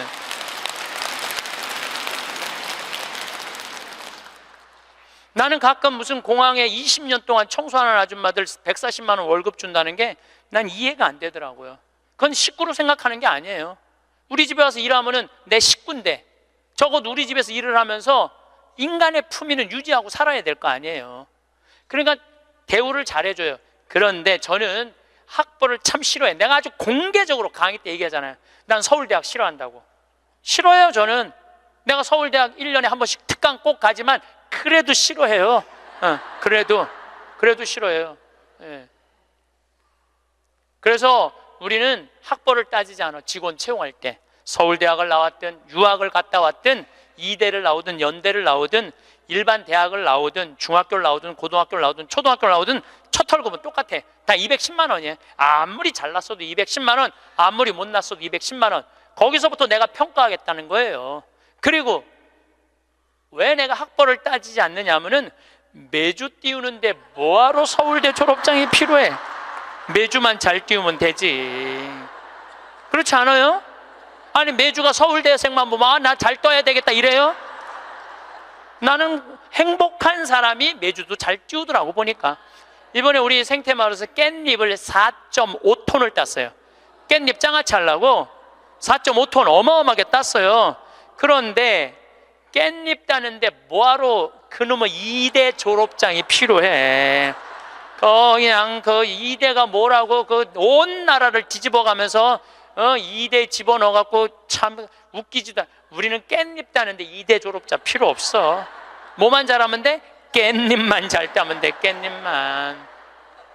그런데 우리 생태마을에 이렇게 대우가 좋고 나는 나름대로 어제도 제가 새벽에 부모님하고 좀 어디를 좀 갈 일이 있어갖고 새벽 4시에 집을 나오는데 별이 이게 여러분들하고 같이 나누고 싶어. 근데 새벽 4시에 평창에 있어야 돼. 그 시간에 얼마나 영롱하고 아름다운지 참 좋아요. 너무너무 행복한 곳이에요 우리 생태마을. 그런데 우리 생태마을에 누가 남아서 일을 하느냐 가만히 봤더니 이제까지 200명도 더 왔다 가고 이력서도 이렇게 쌓여 있어요. 취직하겠다고. 근데 결국은 어떤 사람이 남아있느냐 하면은 부모님하고 친구들하고 어렸을 때 먹고 마시고 논 애들이 남아서 일하더라고요. 간혹 저한테 신부님 우리 애가 우울증이에요. 우리 애가 왕따 당했어요. 우리 애가 컴퓨터 중독이에요. 우리 애가 알코올 중독이에요. 신부님 사람 하나 살리는 셈 치고 우리 애 좀 받아주세요. 내가 또 마음이 약하니까 받아줘요. 받아주면은 3개월 이상을 못 버텨요. 본인이 그런다고 생태마을의 환경이 아무리 좋아도 그렇게 내가 아까 얘기했죠. 먹어본 놈이 먹고 놀아본 놈이 노는 거라고. 어렸을 때 불행하게 자란 애들은요 그 공동체 안에서 직장생활 못해요. 아니 KBS에서도 실험을 했잖아요. IQ 좋은 애, 성적 좋은 애, 생활기록부 좋은 애, 이거 쉽게 말하면 먹고 마시고 노는 애. 초등학교 6학년 때 요 성적표를 가지고 30년 후에 추적을 해봤어요. 누가 행복하게 사나? 그랬더니 IQ 좋은 애도 아니고 성적 좋은 애도 아니고 뭐 좋은 애야? 생활기록부 좋은 애, 먹고 마시고 노는 애들이요 결국은 잘 살더라 이거예요. 결국은. 그러니까 여러분들 자식들한테 너 공부 잘해야지 행복하다는 얘기는 틀린 얘기예요. 이 얘기가 핀란드에서는 이미 결론이 난 거예요. 핀란드는 초등학교 입학 조건이 뭔지 아세요? 잘 노는 애. 잘 노는 애가 입학 조건이에요. 입학 이제 학생들 뽑으려고 전부 다 애들이 와 있잖아요. 근데 놀이시설을 딱 놀게 해요. 근데 한 애가 안 놀아. 그럼 부모 불러갖고 뭐라고 그러는 줄 알아요? 얘 유치원에 다시 보내라고. 왜 우리 애가 유치원에 가? 얘는 지금 노는 법을 모른다고. 놀아야지 사람이 되는 거예요. 놀아야지. 근데 우리는 먹고 마시고 노는 일을 아주 우습게 보는 거예요. 우리나라가 독일보다 4개월을 일을 더 해요. 4개월을 일을 더 하고 미국보다 3개월을 더 일을 해요. 1년에. 그런데 우리가 독일보다 잘 살아요? 미국보다 잘 살아요? 그렇게 뼈 빠지게 일을 하는데도 일한다고 돈 버는 게 아니에요. 제가 아주 재미난 일이 있었어요. 신나는 일이죠. 잠비아에 이제 우리 치과 의사들이 이번에도 1,400명 환자를 봤어요. 안과 의사 2분, 치과 의사 9분이 환자를 1,400명을 봤어요. 일주일에. 어마어마하게 환자를 봤죠. 근데 이제 그 의사 4년째 나 따라다니는 의사가 나 가기 전에는 맨날 신부님 나 비행기에서 떨어져서 죽었으면 좋겠어요. 차가 와서 쳐서 죽었으면 좋겠어. 그랬던 의사예요. 근데 잠비아 봉사활동 가면서부터 사는 게 즐거운 거야. 내 걸 나누니까 자기 존재의 의미가 있는 거예요. 근데 이 의사가 참 돈을 많이 버는 의사예요. 그런데 왜 죽고 싶으냐? 건물은 큰 걸 사놓고 그 빚을 해대느냐고. 화장실 가는 게 아까웠고 물을 안 마셔. 오줌 놓는 시간이 아까웠고 진료 시간이. 그러니까 사는 게 즐겁지 않은 거죠. 여러분들 인생에 정말 힘든 게 뭔지 아세요? 확장 이전이에요. 여러분들 괜히 아파트 20평에서 40평 넓혀가는 거, 장사 잘 되는 가게 10평에서 40평 넓혀가는 거 다 고통의 시작이야. 그냥 있는 데서 살아요. 뭐하러 확장 이전을 해. 행복하지 않았던 거야. 근데 잠비아를 떠나면서부터 사는 게 즐겁기 시작한 거야. 그리고 내가 얘기했어요. 인생은 화장실도 안 가고 진료하는 게 인생이 아니야. 먹고 마시고 노는 게 인생이야. 제발 먹고 마시고 놀아. 그랬더니 그때부터 먹고 마시고 놀기 시작하는 거예요.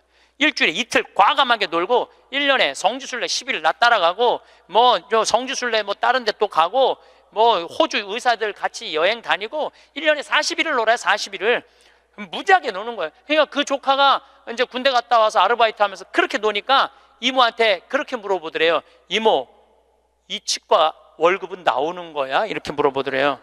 그런데 내가 물어봤어요. 그렇게 먹고 마시고 놀면서 진료할 때랑 화장실도 안 가고 진료할 때랑 어느 때 돈을 더 많이 버느냐? 그랬더니 요즘이 훨씬 많이 번대요. 그리고 세무서에서 연락 왔대요. 돈이 너무 많이 벌려갖고 세무조사 나올 테니까 직원들하고 또 어디 놀러 가라고. 그래서 이제 다음 달에 어디 정동진인가 직원들 데리고 놀러 간대요. 여러분들 집에서 청승 떨고 아무것도 안 마시고 지립대 일만 한다고 돈이 벌려지는 게 아니에요. 먹고 마시고 놀 때 돈도 많이 벌리는 거예요. 우리 생태마을 요즘 다 망한다고 그러잖아요. 우리 생태마을은 작년에 매출액이 45억이었는데 올해 50억이야. 50억. 얼마나 뭐 청국장, 가루, 깻잎 많이 팔리는지 몰라요. 하루에 2천만 원씩 팔려. 하루에 2천만 원씩. 요즘 내가 사장인데 내가 사장이 뭐 할 것 같아? 맨날 먹고 마시고 노는 거야. 맨날 먹고 마시고 노는 거야. 직원들 줄 거 다 주고 아끼지 않아요. 줄 거 다 주고. 그리고 이제 하도 이제 우리 신자가 아니라 비신자들이 물건을 많이 사니까 이제 사업자 등록을 해서 세금도 내요. 제가 세금을 내는데 1년에 2억 정도 세금이 나가요. 많이 나가요, 세금이. 그럼 우리 국장이 신부님 왜 세금이 너무 많이 나가는데 현금은 신고하지 않아도 된다는 거예요. 그런 게 어디 있어? 현금도 다 신고해. 현금도 다 한 푼도 빼지 말고 다 야, 내가 신부로 사는데 왜 머리 복잡하게 살아? 그냥 있는 대로 보고하고 다 살아. 내가 세금 2억 내면은 국가가 그거 갖고 어려운 사람 도와주고 나라 돌아가는 거지. 그걸 그냥 이렇게 감추고 저렇게 감추다가 내가 가끔 우리 이제 세금 다 내요. 그래서 세금이 부담스럽더라고요. 다 한 달에 거의 2천만 원씩 세금이 나가니까. 그런데 텔레비전을 보면은 그 세금 떼어먹는다고 탈세한다고 대기업 총수들이 막 마스크 쓰고 막 휠체어 막 타고 막 침대에 누워서 막 들어왔다 나갔다 하는 거 보면서 내가 텔레비 보면서 한마디 해요. 내가 뭐라고 그러냐면 내고 살지. 아유, 내가 이렇게 말해요. 내고 살면 되지. 뭘 그렇게 돈이 많은데 그걸 그냥 돈을 아낀다고 나라 돈 빼먹어가면서 어려운 사람 나눠주는 거 빼먹어가면서 세금 내는 것도 내가 보기엔 자선이에요. 세금 내는 것도 국가가 잘 집행해야 되겠지만은 뭐 K, 뭐 미르, 이건 악다군이에요. 그 돈 없는 기업들한테 그 돈 뺏어가는 건 그건 악다군이 아니에요. 그 돈 갖고 직원들한테 저기 막 보너스나 주고 여행이나 보내주지. 그럼 대한민국이 밝을 텐데. 요즘 국회가 참 많이 싸우죠. 지치지도 않고 싸워. 내가 보기엔 야, 어떻게 뭐 김정은이 지치지도 않고 핵 실험하듯이 우리나라 국회의원들도 지치지도 않고 싸워.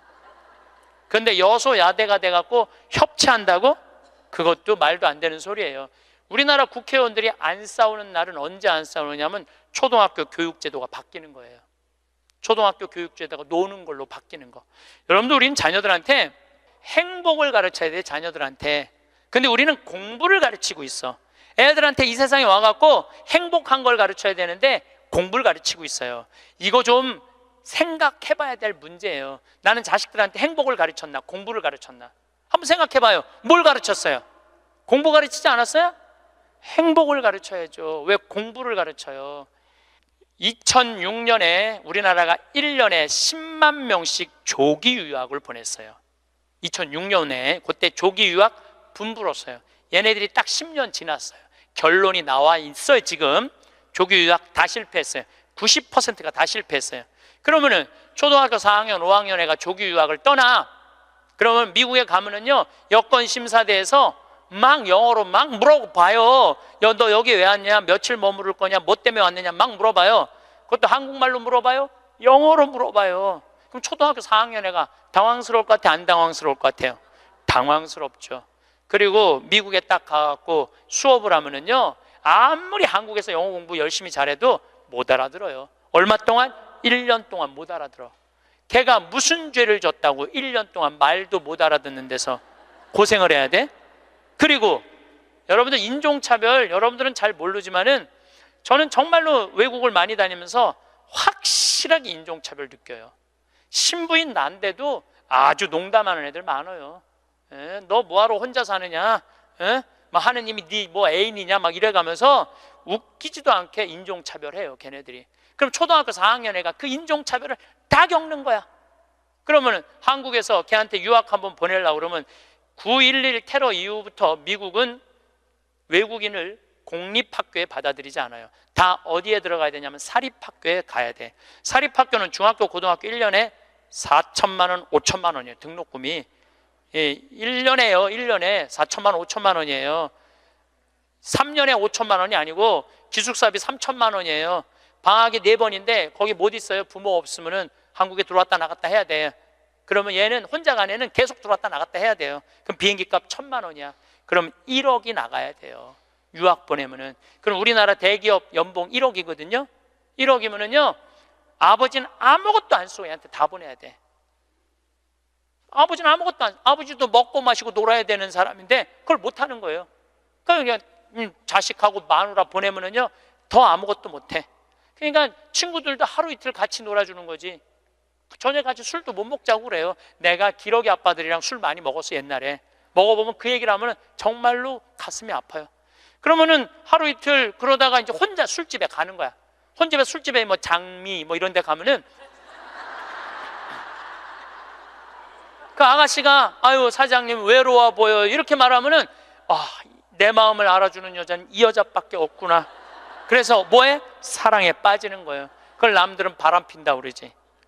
그래서 바람 피는 거예요. 혼자 외로우니까. 인간은 어쩔 수가 없거든요. 그 시간에 집에 들어가고 아이하고 아내하고 해주는 거 맛있게 먹고 마시고 놀았으면 그 사람 바람 안 폈을 거예요.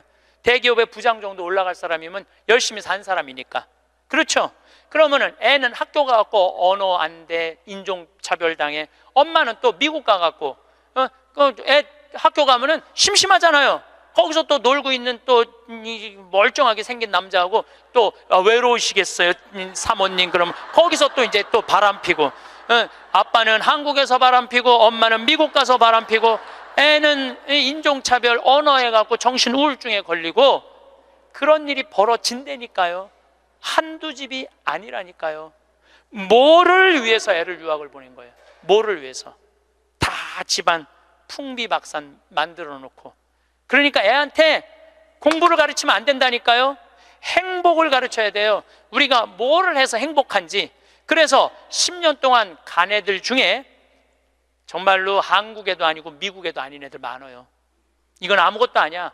대학 졸업하고 유학을 가면요, 얘 심지라도 있어요. 대학 졸업해서 유학 가는 애들. 근데 초등학교 중학교 때 가는 애들은 심지도 없는 애들이야. 내가 한국인지 미국인지 구분도 안 되는 애들이야. 그래갖고 적응 안 되면은 중학교에 가면은 유학 온 한국 애들, 말 안 통하는, 영어 안 되는 애들끼리 모여요. 모여서 노래방 가고 한국 드라마 보고 술 먹고 담배 피고, 고등학교 올라가면 마약해요. 마약하면 또 걸리면 감옥에 갔다 왔다 하고, 정말로 이 아이의 출세를 위해서, 이 아이의 미래를 위해서 유학을 보냈는데 아버지도 바람피고 엄마도 바람피고 애는 마약하고, 이런 집이 한두 집이 아니라니까요. 너무너무 많은 거예요. 이런 집이 성공하는 비율은 10%밖에 안 된대요. 10%밖에. 그러니까 90%는 다 망가지는 거야. 그래갖고 이제 한국에 돌아오면은 집안이 완전히 망가진 거야. 애는 집에서 나가지도 않고, 왜냐하면 유학이라는 건 갔다 왔는데 대학을 졸업한 것도 아니고 한국에서 취직되는 것도 아니고, 그러니까 아무것도 못하는 거야. 그래서 나한테 와서 신부님, 얘 좀 고쳐달라는 거야. 자기가 10년 동안 망가뜨려 놓고 나한테 1시간 만에 고쳐달라는 거야. 아, 내 안수하면 손에서 아무것도 안 나오는데 뭘로 고쳐 내가. 그런데 이제는 1년에 10만 명씩 가던 게 이제 3만 명밖에 안 가요. 왜? 실패한 게 결론이 났으니까. 나는 그러지 말자는 거예요. 그 1년에 1억씩 유학비 보낼 돈이 있으면 그 돈 갖고 한국에서 엄마 아빠 자식이랑 행복하게 먹고 마시고 놀으라는 거예요. 그럼 이 집은 깨지지도 않고 애는 아주 건강하게 자랄 거예요. 우리가 아주 중요한 거를 놓치고 있는 거예요. 별거 없어. 인생이 뭐 그렇게 복잡해? 그리고 여러분들 출세, 그것도 해봐야, 난 텔레비전 보면서 출세하는 거 한맛도 안 부러워요. 뭐 민정수석 무슨 수석들 지금 그게 사람 사는 거예요? 저런 모습이? 차라리 그 자리에 안 가면은 거짓말도 안 할 거 아니에요. 그 자리에 가면 어쩔 수 없이 거짓말하고, 어떻게 보면 여러분들이 훨씬 행복한 분들이에요. 여러분들은 거짓말 일이 뭐가 있어? 누가 돈을 갖다 줘야지 안 받았다고 그러지. 누가 돈을 갖다 줘야지 안 받았다고 그러지. 참. 자, 그렇다면은 30살에서부터 60살은 행복하냐, 대한민국에? 자, 이 30살에서부터 60살은 저는 인생의 황금기라고 생각해요. 여러분들, 여행은 가슴이 떨릴 때 가야지 다리가 떨릴 때 가면 안 된다니까요. 근데 이때 가야 될 때야. 가야 될 때야. 그런데 자식 공부시킨다고, 자식 출세시킨다고 나는 안 먹고 안 마시고 안 놀아. 30년 동안 그랬어. 그럼 이 사람은 30년 동안 껍데기 인생을 산 거예요. 자기 인생 산 거 아니에요.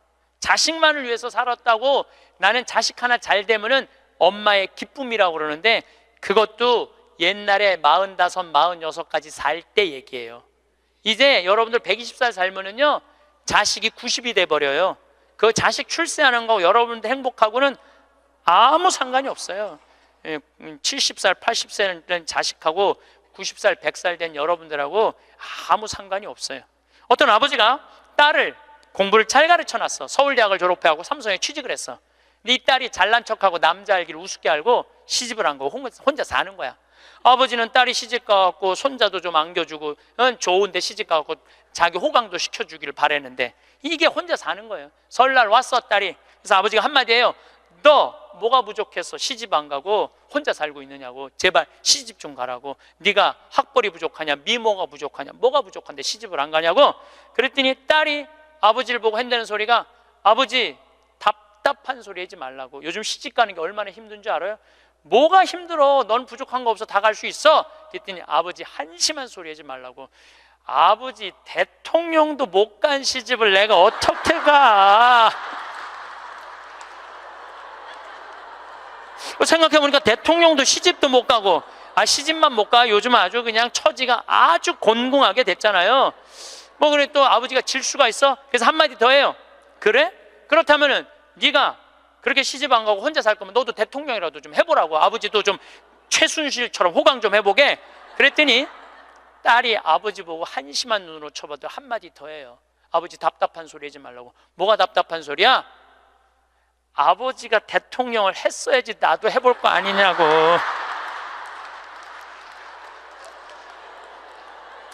여러분들, 자식을 대통령 만들고 싶으면요, 여러분들이 먼저 대통령이 돼야 돼요. 자식을 출세시키고 싶으면 여러분들이 먼저 출세해야 돼요. 자식을 철들게 키우고 싶으면 누가 먼저 철이 들어야 돼? 여러분들이 먼저 철이 들어야 돼. 그런데 여러분들이 30살서부터 60살까지 자식 출세만 바란다고 빈 껍데기로 30년을 살았어. 근데 여러분들이 철이 들 것 같아요? 지금 대한민국에 30살서부터 60살 철든 사람이 얼마나 있을 것 같아요? 그래서 유학 보내고 자기는 한국에서 바람피고 아내는 미국 가서 바람피고 애는 정신병이 들어요? 철이 안 드는 거예요. 삶의 의미가 뭔지 모르고 살고 있는 거예요. 진정한 삶의 기쁨이, 진정한 삶의 행복이 뭔지 모르고 사는 거예요. 정말로 자식을 행복하게 키우고 싶어? 여러분들이 행복해야 돼요. 여기 이 세익스피어가 아주 재미난 글을 썼어요. 중년에게 주는 9가지 교훈이라는 글을 썼어요. 한번 이 사람 한 400년 전 사람이 쓴 것 같은데 보세요. 첫째, 학생으로 계속 남아 있어라. 배움을 포기하는 순간 우리는 폭삭 늙기 시작한다. 그러니까 여러분들, 학생이기를 포기하면 안 된다는 거예요. 끊임없이 배워야 돼. 애만 배우는 게 아니야. 여러분들 배우셔야 돼요. 공부도 하고. 저는 제가 30살에 환경공학을 공부했어요. 얼마나 좋은 공부였는지 몰라요. 내가 다닌 학교는, 나는 아주대학 산업대학원을 다녔어요. 그런데 요즘 대학원 조금 돈이 좀 들어가서 그렇지 많아요. 가면은 뭐 내가 빵점도 받고 그랬지만은 그래도 석사학위도 받았어요. 공학 석사학위도. 아주 재밌어요. 그리고 40이 돼갖고 글 쓰는 거 배웠어요. 글 쓰는 거 배워갖고 이 책도 지금 5권인가 책 냈잖아요. 얼마나 좋은지 몰라요. 요즘은 내가 유튜브를 통해서 정말 많이 배우고 있어요. 배우니까 참 재밌어요, 사는 게. 그러니까 여러분들도 배우는 걸 포기하시면 안 돼요. 둘째, 과거를 자랑하지 마라. 옛날 이야기밖에 가진 것이 없을 때 당신은 처량해진다. 삶을 사는 지혜는 지금 가지고 있는 것을 즐기는 것이다. 이거 세익스피어도 똑같이 말했어. 지금 가지고 있는 것을 즐기는 거야. 지금. 그러니까 뭐 나중도 생각하지 말어. 옛날도 생각하지 말어. 지금 오늘을 즐기면 되는 거예요. 있는 돈 갖고 나중에 쓰려고 그냥 쥐고 있지 말고 쓰세요. 내가 쓰라는 건 사치하라는 게 아니에요. 돈도 규모 있고 멋있게 쓸 수 있거든요. 쓰는 법도 나는 배워야 된다고 생각을 해. 세 번째, 젊은 사람과 경쟁하지 마라. 대신 그들의 성장을 인정하고 그들에게 용기를 주고 그들과 함께 즐겨라. 이것도 참 좋은 얘기 같아요. 그래서 나는 우리 여주에 우리 젊은 신부님들 계속 많이 초청하고 있어요. 함께 같이 하자고. 근데 참 젊은 신부들이 같이 있으면 참 좋아요. 저는 우리 생태마을의 부관장 모임을 한 달에 한 번 꼭 해요. 출신 부관장 신부님들, 그 신부들이 싫어할 수도 있지만은 한 달에 한 번 젊은 신부들을 모이면은 내가 모르는 것 너무너무 많이 알려줘요. 그들과 함께 즐길 수 있는 것만 해도 좋은 거죠. 넷째, 부탁받지 않는 충고는 굳이 하려고 마라. 늙은이의 기우와 잔소리로 오해받는다. 이것저것 챙겨나지 말라는 거예요. 우리 어머니가 그런 거 참 잘하는데 챙겨나지 말라는 거예요. 다섯째, 삶의 철학으로 삶을 철학으로 대체하지 말아라. 삶을 살으라는 얘기예요. 로미오가 한 말을 기억하라. 철학이 줄리엣을 만들 수 없다면 그런 철학은 지워버려라. 삶을, 현실을 살으라는 얘기예요. 괜히 개똥 철학하지 말고. 여섯째, 아름다움을 발견하고 즐겨라. 약간의 심미적 추구를 게을리하지 말아라. 그러니까 제가 이번 주 이선이 대전 공연이에요. 서울의 공연을 보니까 없더라고. 우리 평창은 대전이나 서울이나 거리가 똑같아. 그래서 이제 대전으로 가는데 점점 나이를 먹으면 먹을수록 공연도 많이 가요. 저는 여기 이 삼성 여기 뭐 스퀘어인가 여기 공연 많이 와요. 예술의 전당도 많이 와요. 많이 와야 1년에 많이 온다고 그래요. 1년에 2-3번이야.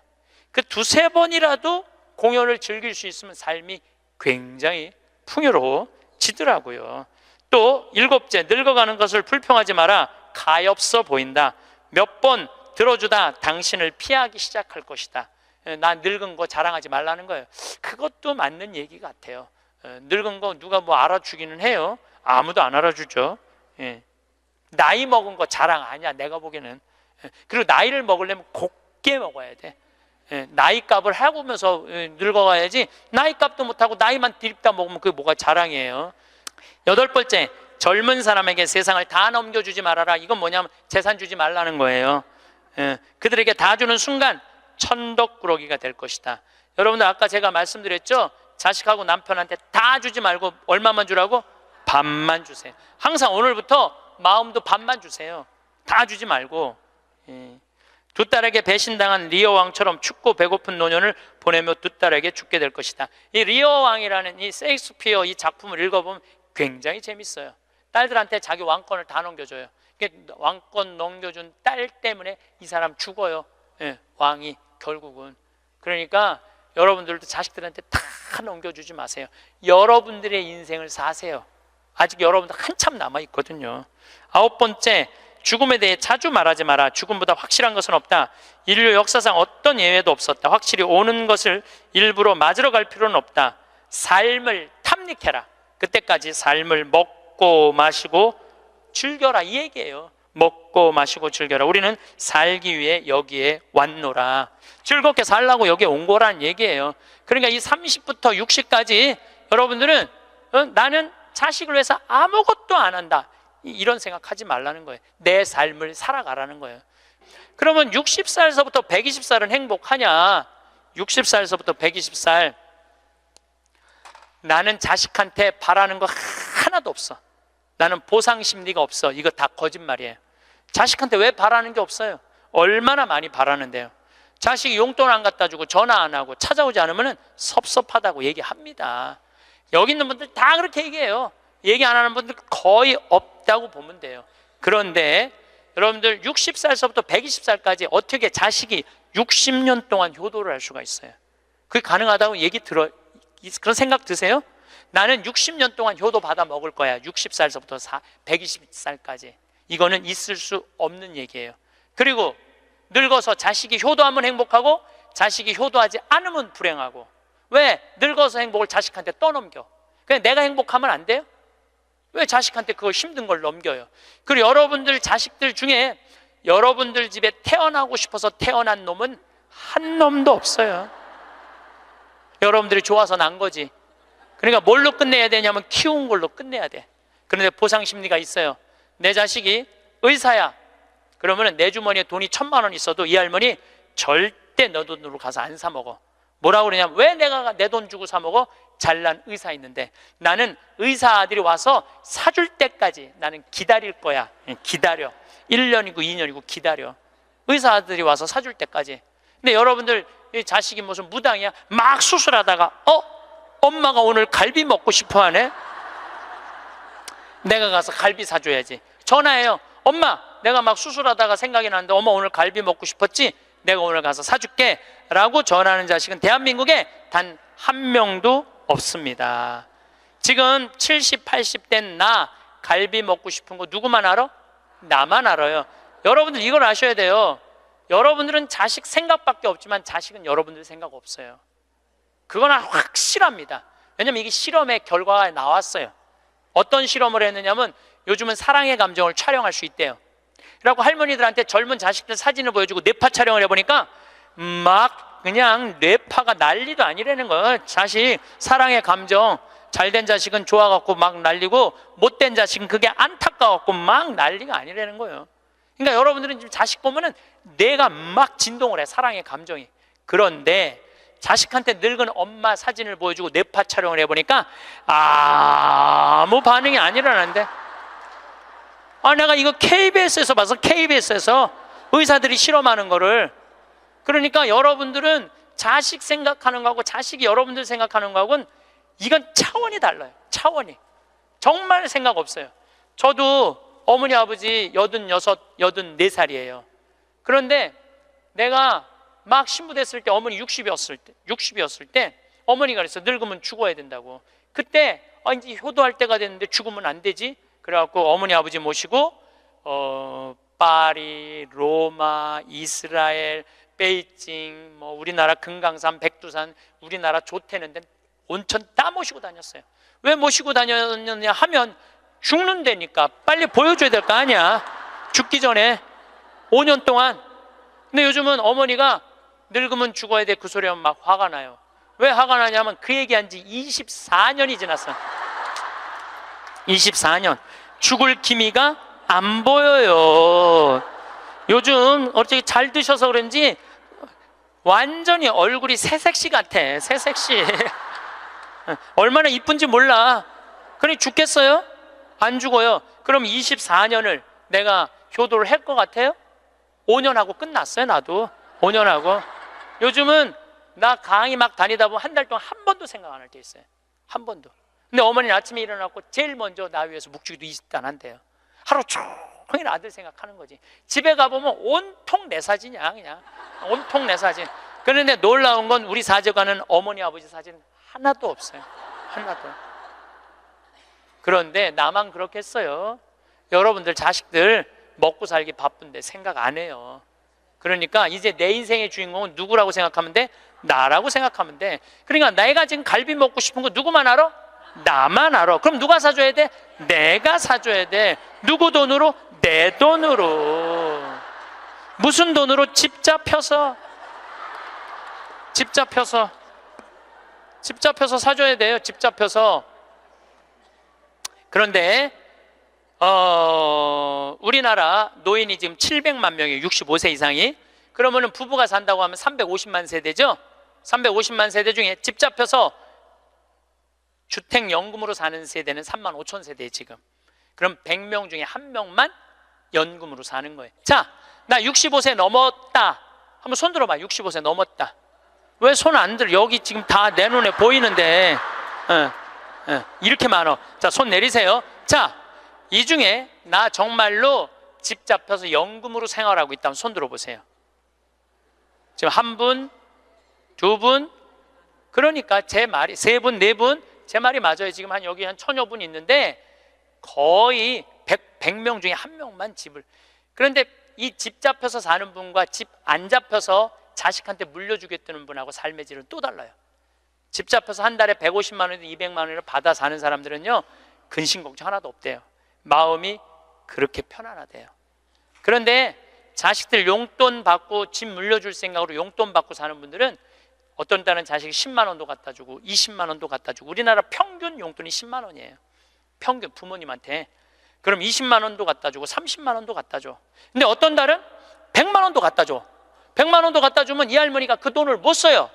왜 못 쓰는 줄 아세요? 다음 달에 얼마를 갖다 줄 줄 알고 이거 홀딱 닦았어.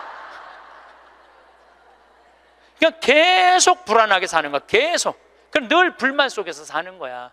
내 인생의 주인공은 난데 남한테 계속 기대고 사는 거예요. 그러시지 마세요. 내 강의를 듣고 정말로 당신 스스로 갈비를 사 먹으러 간 할머니들이 나한테 편지 많이 해요. 또 찾아도 많이 와요. 신부님 말대로 내 돈으로 사 먹어보니까 인생이 바뀌더래요. 어떻게 바뀌느냐면 더 이상 자식 기다리지 않게 되더래요.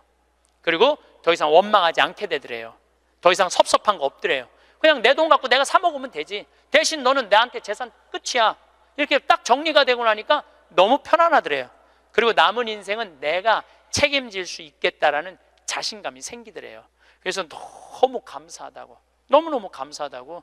아니, 그 할머니 중에 내 강의에 딱 맞는 할머니 한 분 오셨어. 여기 여의도에 사는 분인데 개신교 다니는 분이야. 순복음교회 다닌대요. 빌딩이 3개가 있대.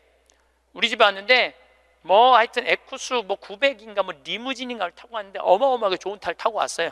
예, 에쿠스가 아니라 제너시스. 기사를 대갖고 왔어. 근데 그러는 거예요. 신부님, 내가 40에 혼자 돼갖고 아들 셋을 키웠다는 거. 신부님 말대로 의사, 교수, 사장이라는 거예요. 근데 2년 전까지는 내가 너희들 그렇게 키웠는데 왜 나 한번 안 찾아오느냐, 맨날 원망했대요. 근데 어느 날 갑자기 내가 그러더래요. 늙어서 갈비 먹고 싶으면 지 돈으로 사 먹으라고. 왜 자식을 기다리느냐고. 근데 자기 돈으로 사 먹어보니까 더 이상 안 기다려지더래요. 섭섭한 거 없더래요. 그리고 사는 게 너무너무 즐겁더래. 내 자식하고의 이런 관계를 끊고 내 삶을 살다가 보니까 걸리는 게 하나도 없대. 그러니까 여러분들도 그렇게 사셔야 돼요. 언제까지 자식하고 엉겨서 그걸 살 수 있다고 생각하세요? 그냥 내 인생의 주인공은 나야. 내가 알아서 살아야 돼. 그래서 여러분들의 인생을 꼭 사시기를 바랍니다. 성부와 성자와 성령의 이름으로 아멘. 행복합니다. 마지막 돌아갈 곳이 어딘지 분명히 알고 있는 사람. 돌아갈 곳이 어딘지 알아 그 길을 닦으며 사는 사람. 먼 여정에도 가지고 갈 것이라고는 남에게 베푼 것뿐인 사람. 가지고 갈 것이 하나도 없이 살아온 흔적조차 남기지 않는 사람. 살아서는 조롱과 부끄러움에 비틀거리지 않는 날이 하루도 없었나니. 황창현 신부님의 좋은 말씀을 바탕으로 우리가 어떻게 하면 더 행복한 노년을 보낼 수 있을지 함께 이야기 나누어 보고자 합니다. 신부님의 지혜로운 말씀에 제 생각을 조금 더해 우리가 함께 고민하고 실천할 수 있는 부분들을 찾아보면 좋겠습니다. 신부님께서는 우리 삶의 각 시기마다 중요한 행복의 요소가 있다고 말씀하셨습니다. 특히 우리 세대 인생의 황금기를 지나 이제 또 다른 풍요로운 시간을 맞이한 여러분께서는 자녀에게 모든 것을 희생하기보다는 자기 자신을 위한 시간을 충분히 가져야 한다고 강조하셨습니다. 자녀에게 효도를 기대하거나 보상 심리를 갖기보다는 우리 스스로가 삶의 주인이 되어 당당하고 즐겁게 살아가는 것이 중요하다고 하신 말씀이 마음에 깊이 와닿습니다. 신부님께서는 셰익스피어의 지혜를 빌려 중년을 넘어선 우리에게 9가지 귀한 교훈을 주셨습니다. 이 말씀들을 하나하나 곱씹어보며 우리 삶에 풍성하게 적용해보면 어떨까 싶습니다. 첫째, 끊임없이 배우는 학생으로 남아있으라고 하셨습니다. 나이가 들어서 뭘 배우겠냐는 생각보다는 어제 몰랐던 것을 오늘 알게 되는 그 작은 기쁨이 우리 마음의 젊음을 선물합니다. 예를 들어 평소에 궁금했던 화초 이름을 찾아보거나 손주와 대화하기 위해 요즘 아이들이 쓰는 말을 한두 개 배워보는 것도 즐거운 도전이 될 겁니다. 혹은 동네 문화센터에서 오랫동안 배우고 싶었던 악기나 그림을 시작해보는 것도 우리 삶을 더욱 풍요롭게 만들어줄 것입니다. 배움에는 정말 끝이 없으며 그 과정 자체가 우리 뇌를 건강하게 하고 삶의 활력을 불어넣어 줍니다. 둘째, 과거를 자랑하기보다는 현재를 즐기라고 하셨습니다. 물론 우리가 살아온 빛나는 순간들, 자식들을 훌륭히 키워낸 기억, 맡은 일에 최선을 다했던 자랑스러운 경험들은 소중한 자산입니다. 하지만 그 시절에만 머물러 있다면 오늘 우리 곁을 스쳐 지나가는 햇살의 따스함, 좋은 사람들과 나누는 차 한 잔의 여유를 놓치기 쉽습니다. 신부님 말씀처럼 어제의 태양이 오늘의 빨래를 말려주지 않듯이 우리는 지금 이 순간에 충실하며 새로운 추억을 만들어가야 합니다. 오늘 아침 창가에 핀 꽃 한 송이에서 혹은 오랜 친구와의 정겨운 전화통화에서 손주가 그린 그림 한 장에서 오늘의 행복을 발견하고 마음껏 누리는 것이 중요합니다. 셋째, 젊은 사람들과 경쟁하기보다는 그들의 성장을 인정하고 함께 즐기라고 하셨습니다. 우리가 젊었을 때 치열하게 살았던 것처럼 지금 젊은이들도 자신들의 시대를 열심히 살아가고 있습니다. 그들의 열정과 새로운 생각들을 보며 나 때는 말이야 하고 선을 긋기보다는 그들의 도전을 격려하고 때로는 그들에게서 새로운 것을 배우는 자세가 필요합니다. 손주가 새로운 스마트폰 기능을 알려줄 때 신기해하며 배우거나 젊은이들의 음악이나 관심사에 귀 기울여보는 것도 세대 간의 따뜻한 다리가 될 수 있습니다. 그들의 성공을 내일처럼 함께 기뻐하고 그들이 겪는 어려움을 이해하려 노력할 때 우리는 더 큰 공동체의 일원으로서 보람을 느끼고 또 존경받는 어른이 될 수 있습니다. 넷째, 부탁받지 않은 충고는 되도록 삼가하라고 하셨습니다. 우리가 살아오면서 쌓은 경험과 연륜은 분명 귀한 것이지만 때로는 침묵이 금보다 더 값질 때가 있습니다. 마치 잘 익은 과일도 원하지 않는 사람에게는 부담이 될 수 있듯 우리의 조언도 상대방이 마음의 준비가 되었을 때 그리고 진심으로 원할 때 건네는 것이 좋습니다. 먼저 상대방의 이야기를 충분히 들어주고 공감하는 자세를 보일 때 그들은 자연스럽게 우리의 지혜를 구하게 될 겁니다. 그때 나누는 이야기가 진정으로 서로에게 약이 되고 힘이 될 것입니다. 기다림과 존중이 바탕이 된 조언이야말로 그 가치가 빛납니다. 다섯째, 삶의 철학으로 삶을 대체하지 말고 직접 경험하며 살아가라고 하셨습니다. 좋은 글을 읽고 고개를 끄덕이는 것도 의미 있지만 신부님 말씀처럼 삶은 책 속에만 있는 것이 아닙니다. 예를 들어 걷는 것이 건강에 좋다는 것을 수백 번 듣는 것보다 직접 문을 나서 햇볕을 쬐며 한 걸음 한 걸음 내디딜 때 비로소 그 상쾌함과 건강해지는 느낌을 온몸으로 느끼게 됩니다. 작은 것이라도 괜찮습니다. 새로운 음식을 맛보고 가보지 않았던 동네 길을 산책하고 손수 무언가를 만들어보는 경험들, 심지어 작은 화분에 씨앗을 심고 싹이 트는 것을 지켜보는 그 모든 과정이 우리 삶을 더욱 생생하고 의미 있게 만들어줄 겁니다. 여섯째, 주변의 아름다움을 발견하고 즐기라고 하셨습니다. 우리는 종종 큰 행복만을 바라보다가 발밑에 피어있는 작은 꽃들을 놓치곤 합니다. 하지만 신부님 말씀처럼 아름다움은 멀리 있는 것이 아닙니다. 아침 창으로 스며드는 햇살 한 줌, 길가에 핀 이름 모를 들꽃의 소박한 자태, 공원에서 들려오는 아이들의 웃음소리, 정성껏 차려진 저녁 밥상, 이웃이 건네는 따뜻한 인사 한마디에도 삶의 기쁨은 숨어 있습니다. 마음의 눈을 조금만 크게 뜨고 귀를 기울이면 우리 주변은 온통 감사하고 아름다운 것들로 가득 차 있다는 것을 발견하게 될 겁니다. 이런 작은 발견들이 모여 큰 행복을 이룹니다. 일곱째, 늙어가는 것에 대해 너무 불평하지 말라고 하셨습니다. 나이가 들면서 몸이 예전 같지 않다고 느낄 때 문득 서글픈 마음이 들 수도 있습니다. 하지만 신부님 말씀처럼 늙어간다는 것은 단지 쇠약해지는 것이 아니라 삶의 깊이를 더해가는 과정입니다.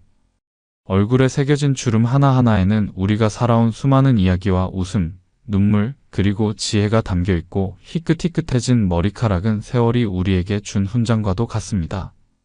젊은 시절에는 미처 깨닫지 못했던 것들을 이해하게 되고 세상을 더 너그럽고 따뜻한 시선으로 바라볼 수 있게 되는 것, 이것이 바로 나이 듦이 주는 귀한 선물이 아닐까요? 여덟째, 젊은 사람들에게 모든 것을 다 넘겨주지는 말라고 하셨습니다. 자녀들이 잘 되기를 바라는 부모의 마음은 한결같습니다. 그래서 때로는 가진 모든 것을 내어주고 싶은 마음이 들기도 합니다. 하지만 신부님께서는 우리 자신을 위한 최소한의 경제적 안정과 삶의 기반은 스스로 지켜야 한다고 현실적으로 조언하십니다. 이는 단순히 내 것을 지키겠다는 이기적인 마음을 넘어 우리가 마지막까지 존엄성을 지키고 자녀들에게 경제적, 심리적 부담을 주지 않기 위한 지혜로운 선택입니다. 우리가 건강하고 안정된 노후를 보낼 때 자녀들도 불필요한 걱정 없이 안심하고 자신의 삶에 더욱 집중할 수 있을 겁니다. 이것 또한 자녀를 사랑하는 또 다른 현명한 방식입니다. 아홉째, 죽음에 대해 너무 자주 말하기보다는 현재의 삶을 즐기라고 하셨습니다. 삶의 끝을 생각하는 것은 자연스러운 일이지만 그 생각에 너무 깊이 빠져 오늘을 놓치는 것은 안타까운 일입니다. 신부님 말씀처럼 아직 오지 않은 마지막 순간을 미리부터 걱정하고 두려워하기보다는 오늘 우리에게 주어진 하루를 어떻게 하면 더 기쁘고 의미 있게 보낼 수 있을까 고민하는 것이 훨씬 중요합니다. 오늘 만나는 사람에게 따뜻한 미소를 건네고 하고 싶었던 작은 일을 실천하고 감사한 마음으로 하루를 마무리하는 것, 그렇게 매일을 충실히 살아갈 때 우리의 삶 전체가 더욱 빛날 수 있을 겁니다.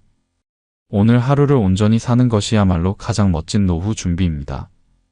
결국 신부님의 말씀은 지나간 과거에 얽매이거나 아직 오지 않은 미래를 미리 걱정하기보다는 바로 지금 이 순간, 현재를 소중히 여기고 우리 스스로 행복을 만들어가야 한다는 깊은 가르침을 줍니다. 우리 모두 각자의 삶 속에서 이러한 지혜를 바탕으로 작은 행복들을 발견하고 또 만들어가며 풍요로운 시간을 보내면 좋겠습니다. 여러분들이 이러한 삶의 지혜를 나누고 실천해 나가길 바라겠습니다.